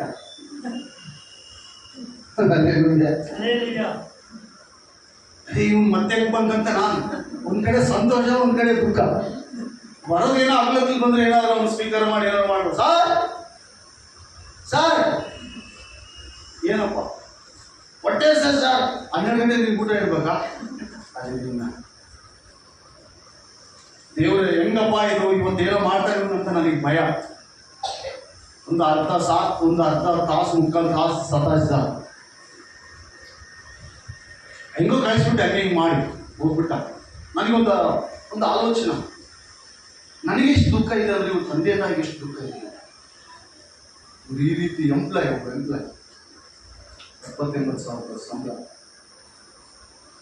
ಈಗ ಓಡಾಡ್ತಿದ್ದಾನಂದ್ರೆ ಅವ್ರ ತಂದೆ ತಾಯಿಗಳಿಗೆ ಎಷ್ಟು ದುಃಖ ಇರ್ಬೋದು. 3 ಗಂಟೆವರೆಗೆ ನಿದ್ದೆ ಬರಲಿಲ್ಲ ನನಗೆ. ಅವನದೇ ಫೀಲಿಂಗ್. ರಾತ್ರಿ ದೇವದೂತ ಎಂಟ್ರಿ ಕೊಟ್ಟಂತೆ ಕೊಟ್ಟಿದ್ದಾನೆ ಅವನು. ಒಳ್ಳೆ ಸ್ಟಾರ್ಟಿಂಗ್ ದಿನ ನಾನು ಅದು ಮರಿಬಾರ್ದು ಜೀವನದಲ್ಲಿ. ಸರ್ ಆ ವಯಸ್ಸೇ ಬೇರೆ ಅವನು ಪಾಪ. ನಾನು ಶಂಕರಪ್ಪ ಫೋನ್ ಮಾಡಿ, ಸಾರ್ ನಾನು ಡ್ಯೂಟಿಯಲ್ಲಿ ಇದ್ದೀನಿ. ಹರಿಗೆ ಫೋನ್ ಮಾಡಿದ, ನಾನು ಲೋಕೇಶ್ ಫೋನ್ చేశాను, వాడి మున్నాడలే చచ్చిపోయినాడు తెలియదు ఫోన్ అనుకోండి. ಫೋನ್ ಇಲ್ಲ ಹೋಗ್ಬಿಟ್ಟ. ಹಿಂಗೆ ಬರದಲ್ಲಿ ಅವನು ಹೋಗಿ ಮನೆಗಪ್ಪ ಹೋಗ್ಬಿಟ್ಟವನು. 3 ಗಂಟೆವರೆಗೆ ನನಗೆ ಅದೇ ಫೀಲಿಂಗ್. ಅಪ್ಪ ದೇವರು ಎಂತೆಂತ ಕೊಟ್ಟಿಯಲ್ಲಪ್ಪ, ಇಲ್ಲಿವರೆಗೂ ಅನುಭವಿಸಿದ್ದೀನಿ ಸಾಕು. ಒಟ್ಟದ ಮೇಲೆ ಒಟ್ಟದಿದ್ದು ಮತ್ತೆ ಇದೇ ಕತೆ ಅಂತ ಹೇಳಿದ್ರೆ ದೇವ್ರ ಹೇಳ್ತಾನ, ಇಂಥವ್ರೆಲ್ಲ ಇರ್ಬೇಕು ಕಣ ನಿನ್ನ ಜೀವನದಲ್ಲಿ. ಅವಾಗಿತ್ತು ಪ್ರಾರ್ಥನೆ, ದೇವ್ರೆ ಈ ದಿನ ಹೆಂಗೆ ನೆನೆಸಂತ ಮತ್ತೆ 4:15 ಎದ್ದು ಪ್ರಾರ್ಥನೆ. ಅವಾಗಿಂದ ನಿದ್ದೆ ಮಾಡಲ್ಲ.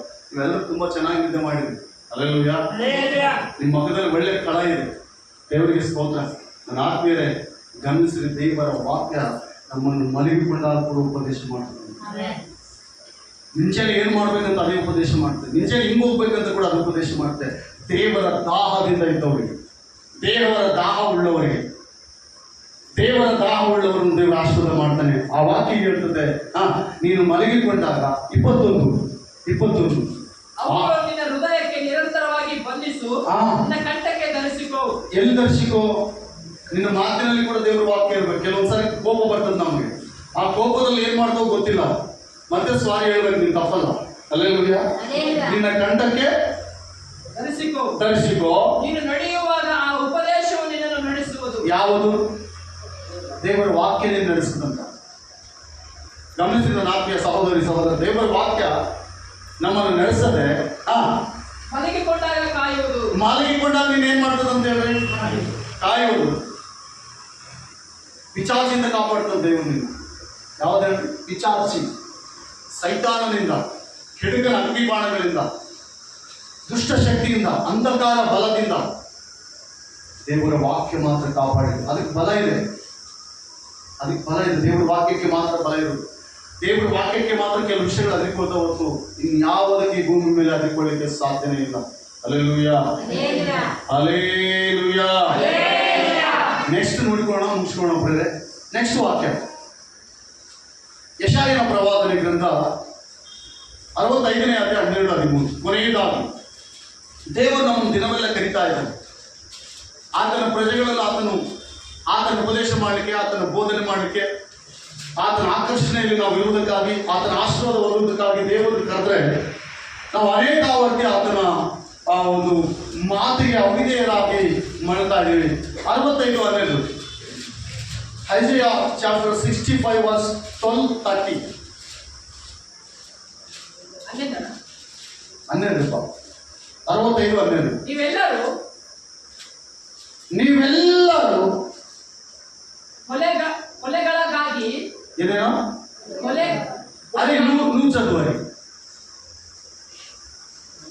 ನೀವೆಲ್ಲರೂ ಕೊಲೆಗಳಿಗಾಗಿ ಬೇಡಿದಿರಿ. ಏನಕ್ಕಾಗಿ? ನೆಕ್ಸ್ಟ್ ಯಾರಾದ್ರೂ ಇನ್ನೊಬ್ರು ನೀವೆಲ್ಲರೂ ಕೊಲೆಗೆ ಒಳಗಾಗಿ. ಕರೆಕ್ಟ್, ಕೊಲೆಗೆ ಯಾರು? ನಾವೆಲ್ಲರೂ ದುಷ್ಟನ್ನು ಸಾಯಿಸಕ್ಕೆ ನಮಗೆ ಬಂದ್ರೆ ಅದಕ್ಕೆ ಒಳಗಾಗಿದ್ವಿ ಅಂತ ನಾವು. ನಮ್ಮಲ್ಲಿ ಏನಿಲ್ಲ. ಈಗ ಹೇಳ್ರಿ, ಕರೆಕ್ಟ್ ಪಾಯಿಂಟ್. ನಮ್ಮಲ್ಲಿ ಏನಿಲ್ಲ. ನಾವು ಕೊಲೆಗೆ ಒಳಗಾಗಲಿಕ್ಕೆ ಏನಿಲ್ಲ ನಮ್ಮಲ್ಲಿ. ದೇವರ ಉಪದೇಶ ಇಲ್ಲ. ಈಗ ಹೇಳ್ರಿ, ಏನಿಲ್ಲ ನಮ್ಮಲ್ಲಿ? ದೇವರ ಉಪದೇಶ ಇಲ್ಲದ ಕಾರಣ ಪ್ರವಾದಿಯಾದ ಯೆಶಾಯ ಹೇಳ್ತಾ ಇದ್ದಾನೆ, ನೀವೆಲ್ಲರೂ ಕೊಲೆಗೆ ಒಳಗಾಗಿದೆ. ಸೈತಾನ ಮನೋದಿಂದ ನಮ್ಮನ್ನು ಪಾಲಿಸ್ತಾ ಇದ್ದಾನೆ. ಒಂದೊಂದು ಕುಟುಂಬಗಳು ನೋಡ್ತಾ ಇದ್ರೆ ಬಹಳ ಭಯಂಕರವಾಗಿದೆ ಸೈತಾನನ ದಾಂಗೋಲನ. ಅವ್ರು ದೇವ್ರ ಮಾತು ಕೇಳಲ್ಲ, ದೇವ್ರ ಉಪದೇಶ ಅವರಲ್ಲಿ ಇಲ್ಲ. ಸಭೆಯಲ್ಲಿರುವಾಗ ದೇವ್ರ ಮಕ್ಕಳು, ಹೊರಗಡೆ ಹೋದಾಗ ದೇವ್ರ ಮಕ್ಕಳು. ಈ ರೀತಿ ಇದ್ರೆ ಮತ್ತೆ ಸೈತಾನನು ತನ್ನ ಕಾರ್ಯ ಮಾಡಿ ಬಿಡ್ತಾನ. ಹೌದಮ್ಮ, ಕೊಂಚು ಏಕೆಂದರೆ ನಾನು ಕೂಗಲು ಏಕೆಂದರೆ ನಾನು ಕೂಗಲು ನೀವು ಉತ್ತರ ಕೊಡಲಿಲ್ಲ. ಏನ್ ಮಾಡಲಿಲ್ಲ ನಾವು? ಬೆಳಗಿನ ಜಾವ ದೇವರು ಎಬ್ಬಿಸ್ತಾ ಇರ್ತಾನೆ ನಮ್ಮನ್ನ.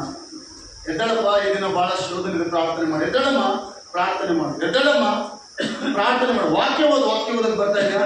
ವಾಕ್ಯ ಓದಕ್ಕೆ ಬರ್ತಾ ಇದೆಯಾ? ವಾಕ್ಯ ಓದು. ಒಂದೇ ಒಂದು ಸಣ್ಣ ಇದು ಹೇಳ್ತೀನಿ ಕೇಳಿದ್ರೆ, ಗಮನಿಸಿದ್ರೆ ಇವೆಷ್ಟು ಜನ ಇದೀವೋ ನಾವು ಅಭಿವೃದ್ಧಿ ಹೊಂದಬೇಕಂದ್ರೆ ಮೊದಲು ಪ್ರಾರ್ಥನೆ ಮಾಡಿ. ಏನ್ ಮಾಡಿ? ಆಶೀರ್ವಾದ ಬೇಕಾ ಅಲ್ವಾ? ಎಷ್ಟು ಜನಕ್ಕೆ ಆಶೀರ್ವಾದ ಬೇಕು? ದೇವರು ಯಾವಾಗ ನೀನು ತಟ್ಟಿ ಎಬ್ಬಿಸ್ತಾನೋ ಅವಾಗ ನೀನು ಪ್ರಾರ್ಥನೆ. ಒಂದು ಸಮಯ ಇಟ್ಕೋ. 4 ಗಂಟೆಗೆ ಎದ್ದೇಳ್ತೀಯಾ, 4:15ಗೆ ಎದ್ದೇಳ್ತೀಯಾ, 5 ಗಂಟೆಗೆ ಎದ್ದೇಳ್ತೀಯಾ, ಆ ಸಮಯಕ್ಕೆ ನೀನು ನೋಡ್ತಲ್ಲ. ಪ್ರತಿದಿನ ಎಷ್ಟು ಜನ ಸಿದ್ಧವಾಗ್ತದೆ? ಎಷ್ಟು ಜನ ಪ್ರತಿದಿನ ನೀನು 4:15ಗೆ ಎದ್ದೇಳ್ತಾ ಇದೆಯಾ? ಪ್ರಾರ್ಥನೆ ಮಾಡಿ. 5 ಗಂಟೆಗೆ ಎದ್ದೇಳ್ತಾ ಇದೆಯಾ? ಆ ಕ್ರಮ ತಪ್ಪಿಸಬಾರ್ದು. ನಿನ್ನ ಮನೆಯಲ್ಲಿ, ನಿನ್ನ ಕುಟುಂಬದಲ್ಲಿ ಏನ್ ಮಾಡಬಾರ್ದು? ಒಂದು ದಿನ ಕೂಡ ನೀನ್ ಏನ್ ಮಾಡಬಾರ್ದು ಹೇಳ್ರಿ? ಎಷ್ಟು ಜನ ಈ ದಿನ ಎಷ್ಟು ಜನ ಒಡಂಬಡಿಕೆ ಮಾಡ್ತಾರೆ? ಎಲ್ಲ ಕೈಗೆಳ್ತಾರೆ ನೋಡು. ಪ್ರಾರ್ಥನೆ ಮಾಡೋರು ಮಾತ್ರ ಇದನ್ನು ತಪ್ಪಿಸಬಾರ್ದು. ನೆಕ್ಸ್ಟ್ ನೋಡ್ರಿ, ನಿಮ್ಮ ಆಶೀರ್ವಾದ ಯಾರು ಇಡ್ಲಿಕ್ಕೆ ಸಾಧ್ಯನೇ ಇಲ್ಲ. ನಿಮ್ಮ ಆಶೀರ್ವಾದ ಯಾರು ಇಡ್ಲಿಕ್ಕೆ ಸಾಧ್ಯ ಇಲ್ಲ. ಪ್ರಾರ್ಥನೆಗೆ ಅಷ್ಟು ಬಲ ಇದೆ. ನಾನು ದಿನವೆಲ್ಲ ಕೂಗಿ ಕರೆದು ನಿಮ್ಮನ್ನ ಎಷ್ಟೇ ಹೇಳ್ತಾ ಇದ್ದೇನೆ. ನಮ್ಗೆ ಎಬ್ಸ್ತಾ ಇರ್ತಾನೆ ದೇವರು. ಕೆಲವರು ಆತ್ಮ ಇದ್ದವ್ರಿಗೆ, ದೇವ್ರ ಆತ್ಮ ಇದ್ದವ್ರಿಗೆ ಬೆಳಗಿನ ಜಾವ ಎಬ್ಸ್ತಾ ಇರ್ತಾನೆ ದೇವ್ರ ಆತ್ಮ. ಎದ್ದೇಳು, ಸಾಕು ಎದ್ದೇಳು. ನಿದ್ರೆಯಲ್ಲಿ ನಿರತನಾಗಬೇಡ. ಬಡತನವು ಪಂಜಿನ ಹಾಗೆ ನಿನ್ನ ಮೇಲೆ ಬಿಡುವುದು. ನಿದ್ರೆಯಲ್ಲಿ ಇರಬೇಡ. ನಿದ್ರೆ ಅಲ್ಕು ಬಟ್ಟೆ ನುಡಿಸ್ತದಂತ. ನಿದ್ರೆ ಮಾಡುವವರಿಗೆ ಏನು ಇರ್ತದೆ ಅಂದ್ರೆ ಅಲ್ಕು ಬಟ್ಟೆ. 6 ಗಂಟೆ ತನಕ ಮಕ್ಕಳು ಅಭ್ಯಾಸನೇ ಇರಬಾರ್ದು. ನಾವು 6 ಗಂಟೆವರೆಗೆ ಮಲಗುವ ಅಭ್ಯಾಸನೇ ಇರಬಾರ್ದು. 4:30ಯಿಂದ ನಾವು ಕುಟುಂಬ ಜವಾಬ್ದಾರಿಗಳಿದ. ನಮ್ಮಲ್ಲಿ ಸಾಕಷ್ಟು ಹಣ ಇದೆ, ಬೆಳ್ಳಿ ಬಂಗಾರ ಇದೆ ಅಂತ ನೀನು ಮಲಿಕೊಂಡ್ರೆ ನಿನ್ನ ಸ್ಥಿತಿಗತಿ ಬೇರೆ ಆಗಿಬಿಡ್ತದೆ. ಬದಲಾವಣೆ ಆಗ್ತದೆ, ಎಲ್ಲ ಚೇಂಜ್ ಆಗ್ತದೆ. ಬೇರೆ ಹಣ ಅಂತಸ್ತಿದೆ, ಆರೋಗ್ಯ ಸಮಸ್ಯೆ ಬರ್ತದೆ. ಅದು ಸರಿ ಆಗ್ತದೆ, ಇನ್ನೊಂದು ಸಮಸ್ಯೆ ಬರ್ತದೆ. ಅದು ಸರಿ ಆಗ್ತದೆ, ಇನ್ನೊಂದು ಸಮಸ್ಯೆ ಬರ್ತದೆ. ನೀನು ಪ್ರಾರ್ಥನೆ ಮಾಡು, ಮತ್ತೆ ಆ ದಿನ ನಿನ್ನ ಕುಟುಂಬ ಯಾಕೆ ಆಗುತ್ತೆ, ಸಂತೋಷವಾಗಿ. Hallelujah, hallelujah. ನಾನು ದಿನವೆಲ್ಲ ಕೈ ಚಾಚಿ ನನ್ನ ಜನರನ್ನು ಕರೆದೆ. ಏಕೆಂದರೆ ನಾನು ಕೂಗಲು ನೀವು ಉತ್ತರ ಕೊಡಲಿಲ್ಲ. ನಾನು ಕೂಗಲು ನೀವು ಉತ್ತರ ಕೊಡಲಿಲ್ಲ. ನಾನು ಹೇಳಲು ನೀವು ಕೇಳಲಿಲ್ಲ. ನಾನು ಹೇಳಲು ನೀವು ಕೇಳಲಿಲ್ಲ. ನನ್ನ ಚಿತ್ತಕ್ಕೆ ವಿರುದ್ಧವಾದದ್ದನ್ನೇ ನಡೆಸಿ. ನನ್ನ ನೋಡಿ, ಯಾರಾದ್ರೂ ಇದೀವ ಅಂತವ್ರು ಇಲ್ಲಿ? ದೇವರ ಚಿತ್ತಕ್ಕೆ ವಿರುದ್ಧವಾದದ್ದನ್ನು ನಡೆಸಿ ನನಗಿಷ್ಟವಿಲ್ಲದನ್ನೇ ಆರಿಸಿಕೊಂಡಿರಿ. ನನಗಿಷ್ಟವಿಲ್ಲದನ್ನೇ ಆರಿಸಿಕೊಂಡಿರಿ. ಅದಕ್ಕೆ ನನಗೆ ಆಶೀರ್ವಾದ ಇಲ್ಲ ಅಂತ. ಅದಕ್ಕೆ ಇಲ್ಲಿವರೆಗೂ ಬೋಧಿಸಿದ ವಾಕ್ಯ ಏನು ಗೊತ್ತಾ? ನನ್ನ ಉಪದೇಶವನ್ನು ಆಲಿಸು, ನನ್ನ ಜ್ಞಾನೋಪದೇಶವನ್ನು ನಿನ್ನ ಹೃದಯದಲ್ಲಿರಲಿ, ಅದನ್ನು ನಿನ್ನ ಕಂಠಕ್ಕೆ ಕಟ್ಟಿಕೋ. ನೀನು ಮಲಗಿಕೊಂಡಾಗ ಸಹಾಯ ಮಾಡ್ತೀನಿ. ನೀನು ನಡೆಯುವಾಗ ಮುಗಿಸುವುದಿಲ್ಲ, ನಿನ್ನ ದಾರಿ ಇಕ್ಕಟ್ಟೇ ಇರಲ್ಲ. ಹಲ್ಲೆಲೂಯಾ. ನಾವೇನಾಗಿದ್ದೀವಿ ಅಂತ ಪ್ರೇರೆ? ಸೈತಾನನ ಕೈಯಲ್ಲಿ ಇದ್ದೀವಿ. ಸೈತಾನನ ಕೈಯಲ್ಲಿ ಬಿಡಿಸಿದ ದೇವರು, ಆತನ ರಕ್ತದಿಂದ ತೊಳೆದವರಾದ ನಾವು ಮತ್ತೆ ಸೈತಾನ ಕತ್ತಿಗೆ ನಾವು ಕತ್ತು ಕೊಟ್ಟಂತೆ, ಕತ್ತಿಗೆ ಕಡಿಯುವವನಿಗೆ ನಮ್ಮ ಕತ್ತು ಕೊಟ್ಟಂತೆ. ಪ್ರಾರ್ಥನೆ ಇಲ್ಲ, ಕ್ರಮ ಇಲ್ಲ, ನಾವೇ ಪ್ರಾರ್ಥನೆ ಮಾಡೋಂಗಿಲ್ಲ. ಇವತ್ತು 5 ಗಂಟೆಗೆ ಮಾಡಿದ್ರೆ ನಾಳೆ 6 ಗಂಟೆಗೆ, ನಾಳೆ 6 ಗಂಟೆಗೆ ಮಾಡಿದ್ರೆ ನಾವು ಪ್ರಾರ್ಥನೆ ಎಲ್ಲ ಮಾಡೋಣ ಹೇಳು. Hallelujah, hallelujah. ಜಾರ್ಜ್ ಮುಲ್ಲರ್ ಅಂತ ಒಬ್ಬ ವ್ಯಕ್ತಿ, ಕೊನೆಗಾಗಿ ನಾನು ಮುಗಿಸ್ತಾ ಇದ್ದೆ. ಪ್ರಾರ್ಥನೆ ಮಾಡುವಂತ ಒಬ್ಬ ವ್ಯಕ್ತಿ ಜಾರ್ಜ್ ಮುಲ್ಲರ್. ಆ ವ್ಯಕ್ತಿ ಒಂದು ಮಿನಿಸ್ಟ್ರಿ ನಡೆಸ್ತಾ ಇದ್ದಂತ, ಅನಾಥ ಮಕ್ಕಳ ಮಿನಿಸ್ಟ್ರಿ. ಆ ಒಂದು ಅನಾಥ ಮಕ್ಕಳಿರುವಂತ ಸಭೆಯಲ್ಲಿ ಸುಮಾರು 70 ಜನಕ್ಕೂ ಪ್ರಾರಂಭದಲ್ಲಿ ಮಕ್ಕಳು, ಅನಾಥ ಮಕ್ಕಳು ಇದ್ರಂತ. ಈ ಜಾರ್ಜ್ ಮುಲ್ಲರ್ ಒಬ್ಬ ದೈವ ಸೇವಕ ಪ್ರಾರ್ಥನೆ ಪೂರ್ವಕವಾಗಿ ಅದನ್ನು ನಡೆಸ್ತಾ ಇದ್ದಾನೆ. ಪ್ರತಿದಿನ ಆತನ ಒಂದು ಜವಾಬ್ದಾರಿ ಇದೆ. ಅನಾಥ ಮಕ್ಕಳನ್ನ ಆತನ ಪೋಷಿಸಬೇಕು, ಅನಾಥ ಮಕ್ಕಳಿಗೆ ಆಹಾರ ಬೇಕು. ತನಗಿಲ್ದ್ರೂ ಪರವಾಗಿಲ್ಲ, ಅನಾಥ ಮಕ್ಕಳು ಸಮೃದ್ಧಿಯಾಗಿರ್ಬೇಕೆಂಬ ಒಂದು ತೀರ್ಮಾನದೊಂದಿಗೆ ದೇವರ ಸೇವೆಗೆ ಬಂದಿದ್ದಾರೆ. 70-80 ಜನ ಅನಾಥ ಮಕ್ಕಳಿಗೆ ಪ್ರತಿದಿನ ಪ್ರಾರ್ಥನೆ ಪೂರ್ವಕವಾಗಿ ಯಾವುದೋ ಒಂದು ರೀತಿಯಲ್ಲಿ ಅವರಿಗೆ ಸಹಾಯ ಒದಗುತ್ತಾ ಇದೆ. ಒಂದು ದಿವಸ ಆ ಸಹಾಯ ಬರೋದಕ್ಕಾಗಿ ಬಹಳ ಲೇಟ್ ಆಯ್ತು. ಅನಾಥ ಮಕ್ಕಳು ಎಲ್ಲರೂ ಸ್ವಲ್ಪ ಗಡಿಬಿಡಿಯಲ್ಲಿದ್ದಾರೆ. ಇವತ್ತೇನು ಸಿಗ್ಲಿಲ್ಲಲ್ಲ ನಮಗೆ, ಏನು ನೋಡಿ, ಪ್ರಾರ್ಥನೆ ಪೂರ್ವಕವಾಗಿ ಆ ವ್ಯಕ್ತಿ ಕೊಡ್ತಾನೆ, ಜಾರ್ಜ್ ಮುಲ್ಲರ್. ಆ ಸಂದರ್ಭದಲ್ಲಿ ಯಾವತ್ತು ಲೇಟ್ ಆಯ್ತು, ಈ ವ್ಯಕ್ತಿ ಮೊಣಕಲ್ ಹಾಕಿ ಪ್ರಾರ್ಥನೆ ಮಾಡ್ತಾ ಇದ್ದಾರಂತೆ, ಪ್ರಭು ಪ್ರತಿದಿನ ಈ ಮಕ್ಕಳನ್ನು ಪೋಷಿಸಿದ್ಯಾ, ಪ್ರತಿದಿನ ಈ ಮಕ್ಕಳಿಗೆ ಎಷ್ಟು ಆಹಾರ ಕೊಟ್ಟಿದ್ಯಾ, ಅದರಲ್ಲಿ ನಾನು ಕೂಡ ಬದುಕಿದ್ದೀನಿ, ಇವತ್ತು ಇಷ್ಟೊತ್ತಾದರೂ ಈ ಮಕ್ಕಳಿಗೆ ಏನು ಬರಲಿಲ್ಲ ಪ್ರಭು ಅಂತೇಳಿ ಒಂದು ಮೂಲೆಯಲ್ಲಿ ಮೊಣಕಲಾಗಿ ಪ್ರಾರ್ಥನೆ ಮಾಡ್ತಾ ಇದ್ದಾನಂತ. ಬಾಗಿಲಿಗೆ ಡೋರ್ ಕ್ಲೋಸ್ ಮಾಡ್ಕೊಂಡು ಪ್ರಾರ್ಥನೆ ಮಾಡ್ತಾ ಇದ್ದಂತೆ. ಆ ಹಿಂದುಗಡೆ ಅನಾಥ ಮಕ್ಕಳು ಎಲ್ಲರೂ ಕೂಡ ಇದ್ದಾರೆ, ಸೈಲೆಂಟ್ ಆಗಿದ್ದಾರೆ. ಅವರು ಪ್ರಾರ್ಥನೆ ಮಾಡ್ತಾರೆ, ಎಲ್ಲರೂ ಸೈಲೆಂಟ್ ಆಗಿರ್ಬೇಕಂತ. ಅವರು ಕೂಡ ಇವ್ರ ಜೊತೆಗೆ ಒಂದು ವೇಳೆ ಪ್ರಾರ್ಥನೆ ಮಾಡ್ತಿರ್ಬೋದು, ಯಾಕಂದ್ರೆ ಕ್ರಮದಲ್ಲಿ ಹೋಗ್ತಾ ಇದ್ದಾರೆ ಅವರು. ಈ ಜಾರ್ಜ್ ಮುಲ್ಲರ್ ಕೈಗೆತ್ತಿ ಪ್ರಾರ್ಥನೆ ಮಾಡ್ತಾ ಇದ್ದಾರೆ, ಪ್ರಭಾ ನನಗೇನು ಬೇಕಾಗಿಲ್ಲ ಪ್ರಭಾ, ನಾನು ಉಪವಾಸದ ಪರವಾಗಿಲ್ಲ, ಈ ಮಕ್ಕಳು ನನ್ನ ಮಕ್ಕಳು, ಈ ಮಕ್ಕಳಿಗೆ ನೀನು ಸಹಾಯ ಮಾಡಬೇಕು, ದಯಮಾಡಿ ಪ್ರಭಾ ಪ್ಲೀಸ್ ಅಂತೇಳಿ ದೇವರನ್ನು ಗೋಳಾಡ್ತಾ ಇದ್ದಾನೆ. ಒಂದು ಅರ್ಧ ಗಂಟೆ ಆಯ್ತು ದೇವ್ರನ್ನ ಪ್ರಾರ್ಥನೆ ಮಾಡ್ತಾ ಇದ್ದಾನೆ, ಒಂದು ಅರ್ಧ ಗಂಟೆ ಆಯ್ತು ದೇವ್ರನ್ನ ಪ್ರಾರ್ಥನೆ ಮಾಡ್ತಾ ಇದ್ದಾನೆ, ಏನು ಉತ್ತರ ಇಲ್ಲ. ಅರ್ಧ ಗಂಟೆ ಮುಕ್ಕಾಲು ತಾಸು ಆಯ್ತು, ಉತ್ತರ ಇಲ್ಲ. ಒಂದು ತಾಸಾಯ್ತು, ಉತ್ತರ ಇಲ್ಲ. ಆಮೇಲೆ ಹೊರಗಡೆ ಬಂದ. ಆ ಕಡೆಯಿಂದ ಒಬ್ಬ ವ್ಯಕ್ತಿ ಸಣ್ಣ ಒಂದು ಸೈಕಲ್ ತೆಗೆದುಕೊಂಡು ಬಂದು ಆ ವ್ಯಕ್ತಿ ಹೇಳ್ತಾ ಇದ್ದಾನಂತೆ, ಈ ದಿನ ಈ ಅನಾಥ ಶಾಲೆಗೆ ನಾನು ಊಟ ಕೊಡ್ಬೇಕು ಅನ್ಕೊಂಡಿದ್ದೀನಿ, ನೀವು ನನ್ನಿಂದ ಬರುವುದಾದ್ರೆ ಆರ್ಡರ್ ಮಾಡಿದ್ದೀನಿ, ನೀವು ತೆಗೆದುಕೊಂಡು ಬಂದು ಊಟ ಮಾಡ್ಬೋದು. ನೋಡಿ ಜಾರ್ಜ್ ಮುಲ್ಲಾರು ನನ್ನ ಮಕ್ಕಳೆಲ್ಲ ಇವರು ನನಗೆ ಸಂಬಂಧನೇ ಇಲ್ಲ, ಇವರು ಯಾರ ಅನಾಥ ಮಕ್ಕಳು ಇವತ್ತು ಉಪವಾಸ ಇಲ್ಲ ಅಂತ ಅನ್ಕೊಂಡಿದ್ರೆ ಉಪವಾಸನೇ ಇರ್ಬೋದು, ಆದ್ರೆ ಆತನಿಗೆ ಜವಾಬ್ದಾರಿ ಇದೆ. ನಾನು ಸಾಕ್ತಾ ಇರುವ ಈ ಮಕ್ಕಳು ಕ್ರಮವಾಗಿ ಉಪದೇಶದಲ್ಲಿಯೂ ಇವರು ನೀಟಾಗಿ ಮುಂದೆ ನನಗೆ ಪ್ರಯೋಜನಾರ್ಥವಾಗದೆ ಹೋದ್ರು, ಸಮಾಜಕ್ಕೆ ಇವರು ಪ್ರಯೋಜನಾರ್ಥವಾಗಿ ಆಗಬೇಕು, ಸೊಸೈಟಿಯಲ್ಲಿ ಇವರು ಚೆನ್ನಾಗಿರ್ಬೇಕು ಎಂಬುದಾಗಿ ಒಂದು ತೀರ್ಮಾನದೊಂದಿಗೆ ಪ್ರಾರ್ಥನೆ ಪೂರ್ವಕವಾಗಿ ಆ ವ್ಯಕ್ತಿ ಆ ಎಫೆಕ್ಟ್ ಆಗಿದ ಆ ಪ್ರಾರ್ಥನೆ ಫಲಿಸಿತು, ಉತ್ತರ ಸಿಕ್ತು. ನಾವು ಕೂಡ ಪ್ರೇರೆ ನಮ್ಮ ಜೀವಿತದಲ್ಲಿ ಕುಟುಂಬದಲ್ಲಿ ಇದೆಯಾ? ಮಕ್ಕಳು ಮಾತು ಕೇಳ್ತಾ ಇಲ್ವಾ? ಪ್ರಾರ್ಥನೆ, ಉಪದೇಶ, ದೇವರ ವಾಕ್ಯ ಇದೆಲ್ಲದರಿಂದ ಕ್ರಮದಲ್ಲಿ ಹೋದ್ರೆ ದೇವರು ಖಂಡಿತವಾಗಿ ನಮ್ಮನ್ನು ಆಶೀರ್ವಾದ ಮಾಡ್ತಾನೆ. ಪ್ರಾರ್ಥನೆಯಲ್ಲಿ ಅನೇಕರು ಆಶೀರ್ವಾದ ಹೊಂದಿದ್ದಾರೆ. ದೇವರ ಉಪದೇಶ, ದೇವರ ವಾಕ್ಯ ದೇವರ ವಾಕ್ಯ ನಮಗೆ ಗುರುತು ಬರ್ತಾ ಇರ್ತದೆ. ದೇವರ ವಾಕ್ಯ ಯಾವಾಗಲೂ ನನಗೆ ಒಂದು ವಿಷಯ ಗೊತ್ತು, ದೇವರ ವಾಕ್ಯ ಆತನ ವಾಕ್ಯ ಗೊತ್ತು, ಯಾವಾಗಲೂ ಇದು ನನಗೆ ಮೈಂಡಲ್ಲಿದೆ. ತನ್ನ ಪ್ರಿಯರಿಗೆ ದೇವರು ನಿದ್ರೆಯಲ್ಲಿ ಕೂಡ ಆಹಾರ ಕೊಡ್ಲಿಕ್ಕೆ ಶಕ್ತ. ತನ್ನ ಪ್ರಿಯರಿಗೆ ನಾವು ಎಲ್ಲಿ ಉಣ್ಬೇಕು ಈ ದಿನ ಆತನಿಗೆ ಗೊತ್ತು, ನಾವು ಏನ್ ತಿನ್ಬೇಕು ಅಂತನಿಗೆ ಗೊತ್ತು, ಯಾರು ಎಲ್ಲಿ ಊಟ ಮಾಡ್ಬೇಕು ಆತನಿಗೆ ಗೊತ್ತು. ಆತನ ತೀರ್ಮಾನ ಇಲ್ಲದೆ ಹೋದ್ರೆ ನಾವು ಊಟ ಮಾಡ್ಲಿಕ್ಕೆ ಸಾಧ್ಯನೇ ಇಲ್ಲ. Hallelujah, hallelujah. ಯಾರಂತೆ ನಮಗೆ ಆತನು? ತಂದೆ. ಆತನು ಯಾರಂತೆ ನಮಗೆ? ಎಲ್ಲರೂ ಹೇಳು, ದೇವರು ನಮಗೆ ತಂದೆ ಅಂತ ಹೇಳುವರು ಎಷ್ಟು ಜನ ಇದೆ? ದೇವರು ನಮಗೆ ಮತ್ತಾಯ ಬರೆದ ಸುವಾರ್ತೆ 6ನೇ ಅಧ್ಯಾಯ 10ನೇ ವಚನ ಕೊನೆಯದಾಗಿ ಮತ್ತಾಯ 6:10 ಏನಂತ ಪ್ರಾರ್ಥನೆ ಮಾಡ್ಬೇಕಂತ? ಒಂದು ಹೊತ್ತಿನ ಊಟಕ್ಕಾಗಿ ಕೂಡ ನಾವು ಪ್ರಾರ್ಥನೆ ಮಾಡ್ಬೇಕಂತ. ಹಲ್ಲೆಲೂಯಾ. ಮೂಟೆಗಟ್ಟಲೆ ಅಕ್ಕಿ ನಾವು ಪ್ರಾರ್ಥನೆ ಯಾಕೆ ಮಾಡ್ಬೇಕು ಅನ್ಕೊಳ್ತೀಯಾ? ಅದು ಆಶೀರ್ವಾದಕರವಾಗಿರಲ್ಲ. ಪ್ರಾರ್ಥನೆ ಪೂರ್ವಕವಾಗಿ ನೀನು ಆಹಾರವನ್ನು ಸೇವಿಸಬೇಕು. ವಾಕ್ಯ ಮತ್ತಾಯ ಬರೆದ ಸುವಾರ್ತೆ 6ನೇ ಅಧ್ಯಾಯ 10ನೇ ವಚನ. ಪರಲೋಕದಲ್ಲಿರುವ ನಮ್ಮ ತಂದೆಯೇ. ಯಾರು? ಎಲ್ಲರೂ ಪರಲೋಕದಲ್ಲಿ ಯಾರಿದ್ದಾರೆ ನಮಗೆ? ಪರಲೋಕ ಇದೆ. ತಂದೆ ಉಪದೇಶವನ್ನು ಕೇಳುವುದು ತಪ್ಪ, ರೈಟ್ ಅಲ್ಲ? ಅದ್ರ ಉಪದೇಶವೆಲ್ಲ ಕೂಡ ನಿಮ್ಮ ಹೃದಯದಲ್ಲಿದ್ರೆ ನಾವು ಯಾವತ್ತಿಗೂ ಕಡಿಮೆ ಇರಲ್ಲ. ದೇವರು ನಮ್ಮನ್ನು ನಡೆಸ್ತಾನೆ ಇರ್ತಾನೆ. ಪರಲೋಕದಲ್ಲಿರುವ ನನ್ನ ತಂದೆ, ನಿನ್ನ ನಾಮವು ಪರಿಶುದ್ಧವೆಂದೆಣಿಸಲ್ಪಡಲಿ, ನಿನ್ನ ನಾಮವು ಪರಿಶುದ್ಧವೆಂದೆಣಿಸಲ್ಪಡಲಿ, ನಿನ್ನ ರಾಜ್ಯವು ಬರಲಿ, ನಿನ್ನ ರಾಜ್ಯವು ಬರಲಿ, ನಿನ್ನ ಚಿತ್ತವು ಪರಲೋಕದಲ್ಲಿ ನೆರವೇರದ ಪ್ರಕಾರ ಭೂಲೋಕದಲ್ಲಿ ನೆರವೇರಲಿ. ನಮ್ಮ ಅನುದಿನದ ಆಹಾರವನ್ನು ಇವತ್ತು ದಯಪಾಲಿಸು. ನಮಗೆ ತಪ್ಪು ಮಾಡಿದವರನ್ನು ಕ್ಷಮಿಸಿದ ಹಾಗೆ ನಮ್ಮ ತಪ್ಪುಗಳನ್ನು ಕ್ಷಮಿಸು. ಶೋಧನೆಗೆ ಒಳಗಾಗದೆ ಸೇರದೆ ಕೇಡಿನಿಂದ ನಮ್ಮನ್ನು ತಪ್ಪಿಸು. ನೀವು ಜನರ ತಪ್ಪುಗಳನ್ನು ಕ್ಷಮಿಸಿದರೆ ಪರಲೋಕದಲ್ಲಿರುವ ನಮ್ಮ ತಂದೆಯು ನಿಮ್ಮ ತಪ್ಪುಗಳನ್ನು ಕ್ಷಮಿಸುವನು. ಆದರೆ ಈ ಜನರ ತಪ್ಪುಗಳನ್ನು ಕ್ಷಮಿಸದ ಹೋದರೆ ನಿಮ್ಮ ತಂದೆ ಸಹ ನಿಮ್ಮ ತಪ್ಪುಗಳನ್ನು ಕ್ಷಮಿಸುವುದಿಲ್ಲ. ಈಗ ನೆಕ್ಸ್ಟ್ ಫಸ್ಟ್ ಪಾಯಿಂಟ್ ಬರೋಣ. ತಂದೆ ಯಾರು ನಮಗೆ? ಅಲ್ಲಿ ಏನ್ ಬೇಕು ನಮಗೆ? ಅಲ್ಲಿಂದಲೇ ಕೇಳ್ಬೇಕು. ಹಲ್ಲೆಲೂಯಾ. ಏನ್ ಮಾಡ್ಬೇಕಂತ ನಾವು?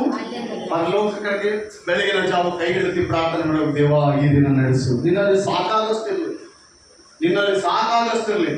ನಿನ್ನ ಆಹಾರ ಆಶೀರ್ವಿಸಲ್ಪಡ್ಬೇಕು. ಮೂಟೆ ಅಕ್ಕಿ ಇದಾವ್ರಿ, ಮೂಟೆ ಬೇಳೆ ಇದಾವೆ, ಎಣ್ಣೆ ಇದೆ, ಎಲ್ಲ ಇದೆ. ಆದ್ರೆ ದೇವರ ಆಶೀರ್ವಾದ ಮೇಲೆ ಬೇಕಲ್ಲ ಆ ದಿನ. ಹಲ್ಲೆಲೂಯಾ. ಬೇಕಲ್ಲ ಪ್ರಿಯರೇ? ಸಾಕಾದಷ್ಟು ಹಣ ಇದೆ, ದೇವರ ಆಶೀರ್ವಾದ ಬೇಕು ಹಣದ ಮೇಲೆ. ದೇವರೇ ಈ ದಿನ ನನ್ನ ಅನುದಿನದ ಆಹಾರ ಸಹಾಯ ಮಾಡು. ನೀನು ಕೊಟ್ಟ ಆಹಾರ ತಿಂದ್ರೆ ನನಗೆ ಆರೋಗ್ಯ, ನನ್ನೊಟ್ಟಿಗೆ ನಾನು ಮಾಡಿದ್ರೆ ನನಗೆ ಆರೋಗ್ಯದ ಲಕ್ಷ್ಯ ಇರಲ್ಲ. ಹಲ್ಲೆಲೂಯಾ. ಎಲ್ಲ ನಮಗೆ ತಂದೆ ಯಾರಿದ್ದಾರೆ ಹೇಳಿ?